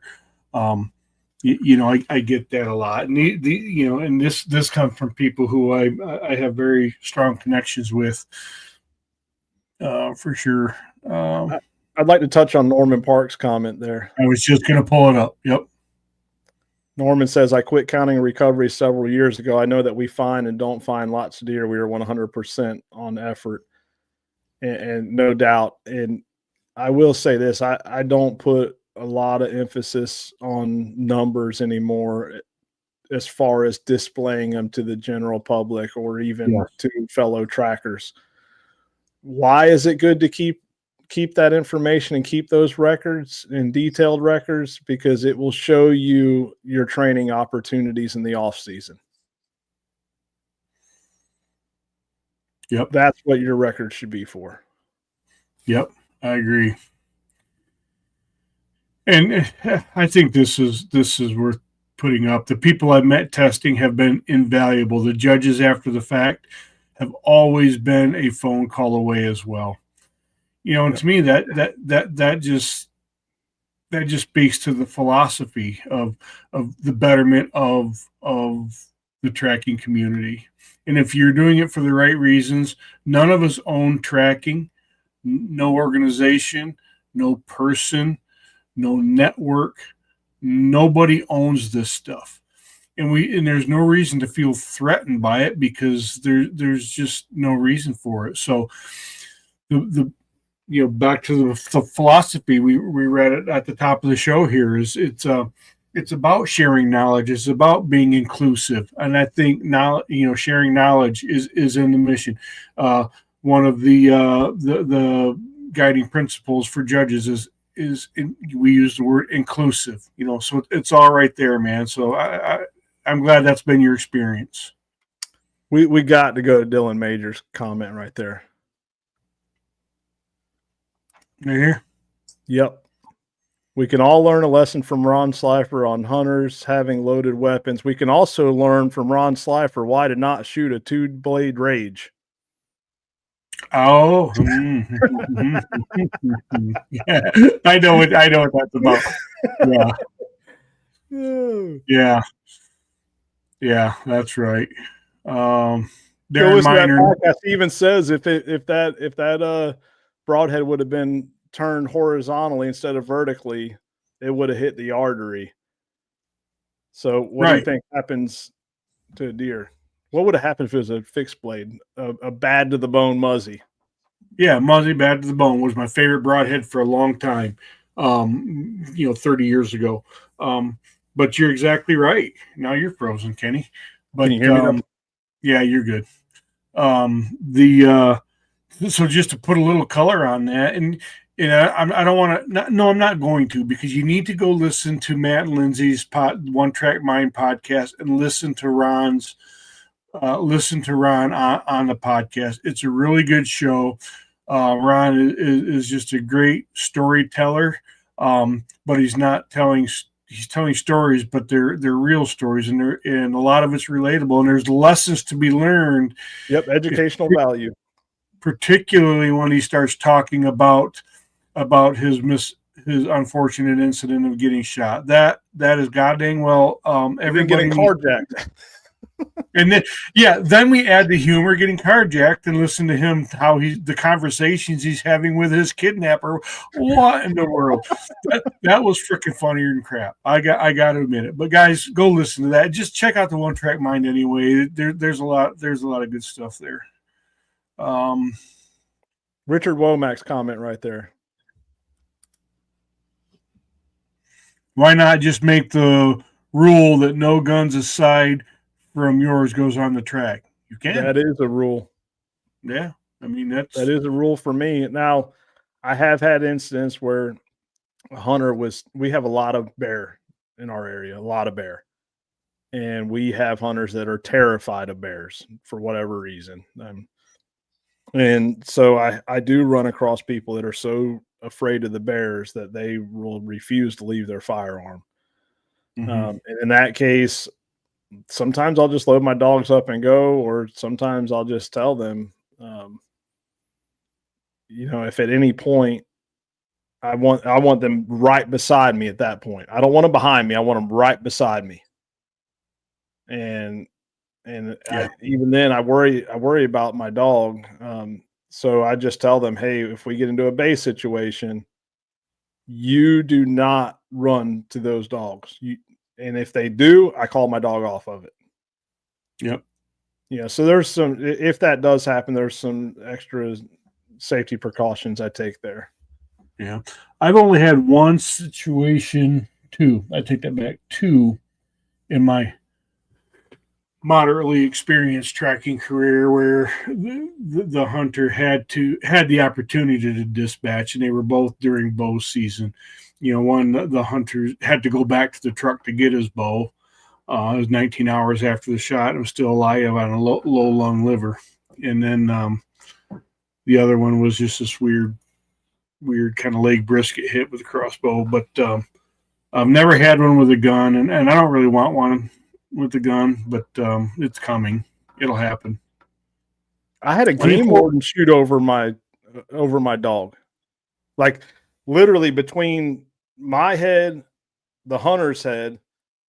The game warden shot a 300 Win Mag from behind us over my dog to shoot the deer that my dog had bait up. Wow, that I wasn't going to bring this up, but I'm going to since you said that. Again, in Missouri, there was conversation. Ron's scenario always comes up. It's a legendary story in the tracking community. We all know about it. I still encourage you to go listen to Ron tell it in his firsthand account. But they were talking about a tracker, and I have a very, very, very faint recollection of this, and maybe I'm fabricating this memory. But a tracker, I don't remember where they were talking about. A tracker was shot in the head by a hunter because they jumped the deer, and the hunter had his gun, and he started swinging on the deer and swung right past the tracker and squeezed the trigger, and then a funeral was planned. Yeah, I remember when that happened. I can't even remember what state, but I do remember when that happened. Yeah, I mean, that's tragic, So I almost watched a tracker. I'm not going to mention any names, but they're because they're on here. I don't know how they'd feel about me sharing this, but I watched my dogs ran a deer right by us, and there were 3 trackers there. It was just my dogs out. There was 3 handlers. Only one person handling my dogs. Don't get me wrong, but there was 3 of us trackers there. Mm-hmm. And one of the trackers with me, a very, very veteran, seasoned tracker, pulled out a pistol as the deer was running by us to shoot the deer. And one of the other trackers was going to run behind the dogs and the deer going to them. And that pistol was aimed right here, and that person's head was right there. Mm-hmm. And it was just the trigger control by that person is what saved the other person from being shot that day. Yeah, man, I'm starting. It happened so fast. It happened so fast, and I'm just saying. And the whole time, I'm actually saying, "Whoa, wait! They're going to get this deer." Stop! But everything happened so fast. Yeah. Well, especially a hunter, man. They're so excited anyway, and then just man, I'm starting to get myself creeped out. I want to pull up John's here because I have a comment on it. I think one of y'all said use a knife, or maybe Ralph said it. Thanks for everything, y'all. But I got to tell you, the whole knife thing. Again, I don't have a lot of experience, but there was one. I guess I've had 3 that had to be dispatched. We were only at the 10-hour mark on a liver hit deer at like 4:30 in the morning, and the hunter didn't. It was before work, so I didn't think to tell him, "Hey man, you can bring your bow if you want to." Because I was sort of trying to hurry, so I wanted to get on the track, and I just forgot to mention that. And we found it still alive. There wasn't much life left in it, but we found the deer. And he says, "What do I do now?" I go, I'm here to find the deer. It's right there. I'm like, "Well, here, man." And I gave him my knife, and he went up there to, dispatch the deer. And I don't personally like that, but that deer had enough line where he was trying to stab the deer. The deer was trying to stab him back with his horn. So my point is that's just, boy, that's just dangerous, man. I mean, it's all so are guns, but if you're gonna go up there and think you're gonna just jump on a deer's neck and slit his throat or something, just be freaking mindful about what you're doing. Be careful where that knife blade ends up. And let me tell you, I have wrestled a lot of deer over the years. Jeez, and let me tell you, there ain't a man out there that can tangle with a deer that ain't fatigued. A good friend of mine, I got called to track one in Barber County, Alabama, which is about 3.5 hours from me. And I went up there and we tracked this deer. It was shot that morning, and I got there about 1:00 in the morning, I think it was. And we tracked this deer a long, long ways and finally got it bayed up. And the hunter, I have a video of it. The hunter borrowed a pistol from his brother, and these are very close friends I tracked a lot with. So I let him carry the pistol, and even then, I'll share this video at some point, not on here, but at a seminar. I'll share this, and this, like I said, this guy's been on a lot of tracks with me, and emotions set in, and Xena had this deer bayed up, and we got within, I don't know, 80 yards, we could see it, and she's baying, and he pulls out the pistol, and I'm like, no. And I was kind of, after I went back and watched the video, I was pretty rude to him, and rightfully so. I mean, he was about to shoot my dog, but he got excited, adrenaline pumping. He was 80 yards away with a 22 pistol, gonna try to shoot this deer that wasn't going anywhere. My dog had it held. Yeah. And then I got frustrated. I'm like, no, get up here, get up here, get up here. And all the commotion, my dog left the deer. She was a puppy that year. I think she was 7 months old. But anyways, we get up there, and finally I tell him to shoot, and it's click, click, click, click. And on the video, are you kidding me? And I'll play this for some of you guys at the seminar. Yeah. And he didn't know that the pistol had a safety on it. So we just thought it was bad bullets, or it wasn't loaded, whatever. Yeah. And he pulls out his knife, and he goes walking up there. And I said, again, it just wrapped up the moment. Like, be careful, it's alive. Like, he doesn't know this. The deer sitting looking at us, but he grabs it, and he's a big boy. He's pretty stout and muscular. And he grabbed a hold of that deer, and in the video, it doesn't look like the deer put up much of a fight. And he stuck it with a knife, and he held that deer. And afterwards, he literally laid there for 45 minutes. He was gassed from trying to hold that deer from getting him. Yeah, trying to wrestle a deer that's all jacked up on adrenaline and whatever else. Wow, like I said, I've dispatched a bunch with a knife, and I'm not a fan of it. No, I've never done it, and it's not on my list of things to do. Like I said, as crappy as this may sound, I guess there might be some very, very particular situations where I might do it, but otherwise, I'm here to find it, and it's right there.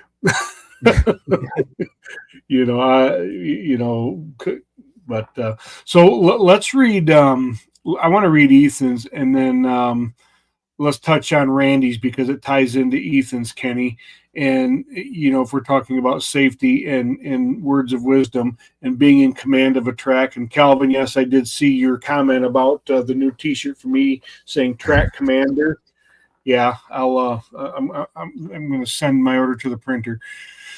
But Ethan and all of his Starlink says, I hunter from who knows where show up to bay, and I had the gun aimed and noticed he was on the other side of the action watching. Wasn't part of the original tracking party. Just heard the commotion and decided to show up. I now tell hunters to text and call everyone hunting in the area to let them know to stay put. Wow, that is not cool. And Randy comes in commenting on that. The most dangerous situation a tracker can get in is people coming to to a bay from different directions. So that's a great point, Ethan and Randy. Yeah, it's a bit being in command and in states where that is more although we can do it in Michigan, it's not as prominent as it is um, in the southern states. But good heavens to Pete, yes, be mindful of that. Yeah, and I'm gonna share another story here with me and Randy Vick. Me and Randy Vick's been on a bunch of bays together, a bunch of bays and catches. We back each other up. And Randy called me on one that he's and it was about 2.5 hours from my house, and he calls me, he says, "Hey, you able to come back me up? I feel like we can get this deer. Reba got overheated." I said, "Sure, I'll head that way." And we get there, and I got a picture of it, but the dogs were struggling bad. It was hot. I mean, it was hot that day, and we were dang near ready to call it. And then all of a sudden, my younger dog at the time, Sam, he worked it out and jumped the deer up, and it came running over, and it literally stopped and squared off at Randy.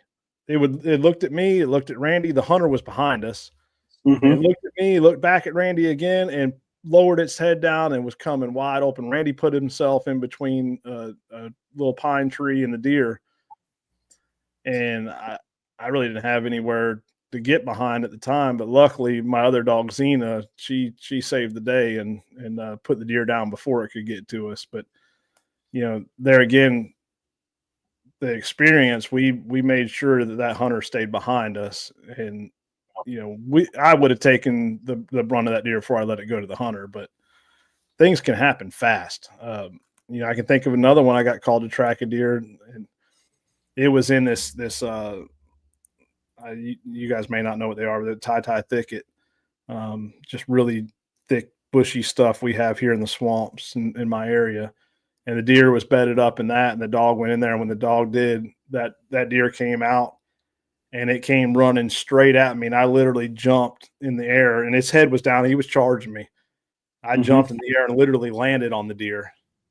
I mean, I've had a lot of close calls. It's my day's coming. I don't recommend sticking them with a knife. I don't want to do that, and one of the conversations of the past weekend I heard with, when the knife conversation came up is where to try to stick them. One person was saying stick them. Yeah, that's what they said, right in the heart, and I've always wondered about if you could just poke them in the jugular and how quickly that would, but I just don't want to do it, man. I don't want to. That's too barbaric for me. I'm too soft. I just don't want to do any of it. But yeah, I grew up hog hunting, so we grab the hogs and stick them. Okay, yeah, and I've never done that. I'm kind of a wuss, so yeah. But I think we hit the substantive comments. Not to discredit those that are chiming in and saying hi and replying to others, guys. We really do appreciate those that clearly drove the show tonight, and we appreciate that. And poke them lungs and slice down a rib through. Yeah. Actually, I didn't even realize it. But when we had Brian Johnson on, he talked about, I can't remember what he called it now, but basically hitting the top part of that heart. Mm-hmm. What did he call it? I can't remember, but that's inadvertently, not knowing, that's where, I would dispatch that. Well, the fire hydrant section, he hit them up.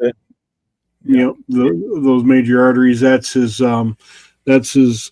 all of his chop placement technology is to hit that, not the center punch the heart, but hit that that fire hydrant section. So, yeah, I don't know.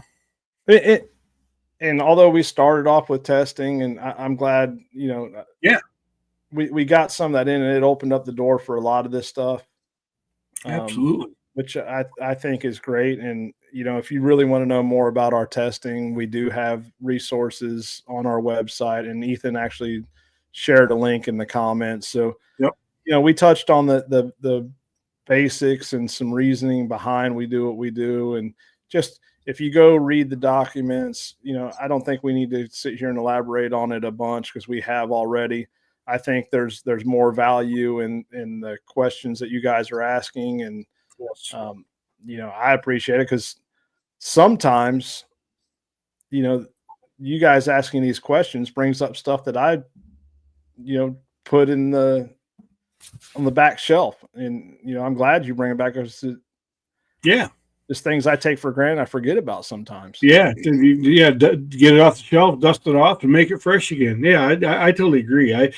There's a ton of value in the comments and feedbacks and questions. I enjoy it. And the way this show evolved was absolutely perfect.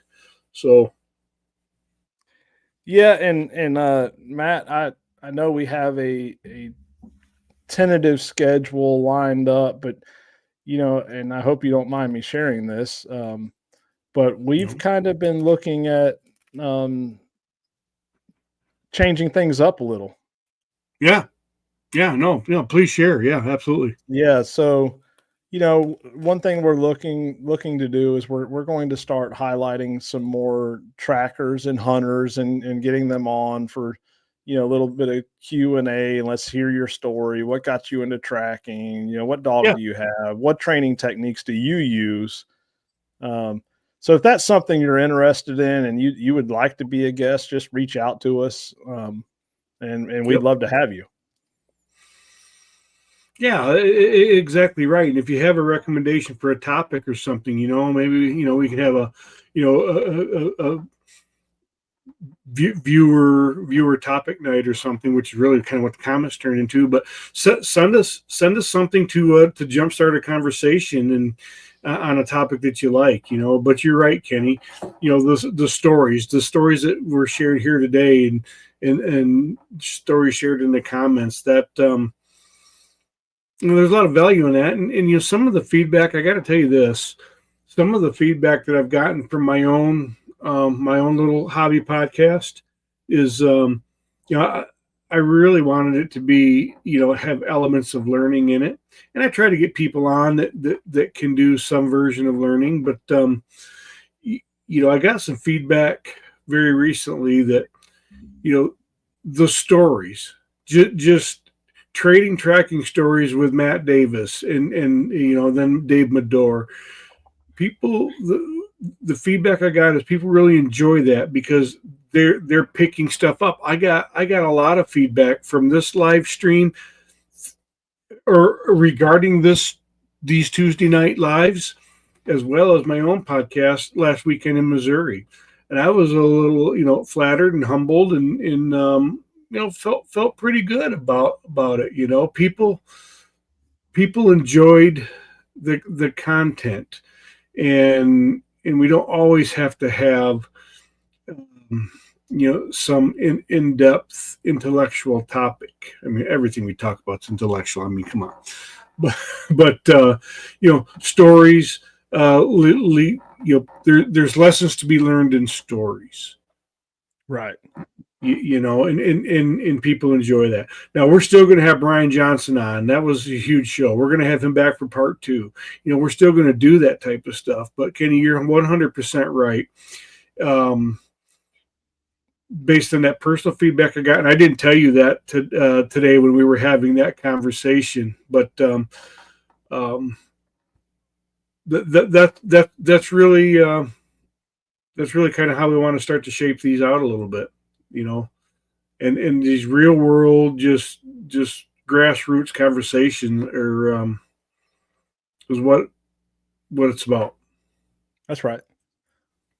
That's right. And I have a few people that I'd like to invite on. I told you about one, and yeah, I tracked the deer for him. As far as I know, if I remember correctly, I was the first tracker he'd used, and then he became a tracker. Yeah. Now he no longer tracks for the public, and even after he trained his dog, he still has me come and track. But we got some good stories. Yeah, absolutely. It's always an adventure. I'll say that. Yep, for sure. Yeah, that's great. So we kind of have I'll say an outline of topics, but as we continue to evolve and grow and try to do what the viewers want, that's just a list to choose from, and we're going to choose from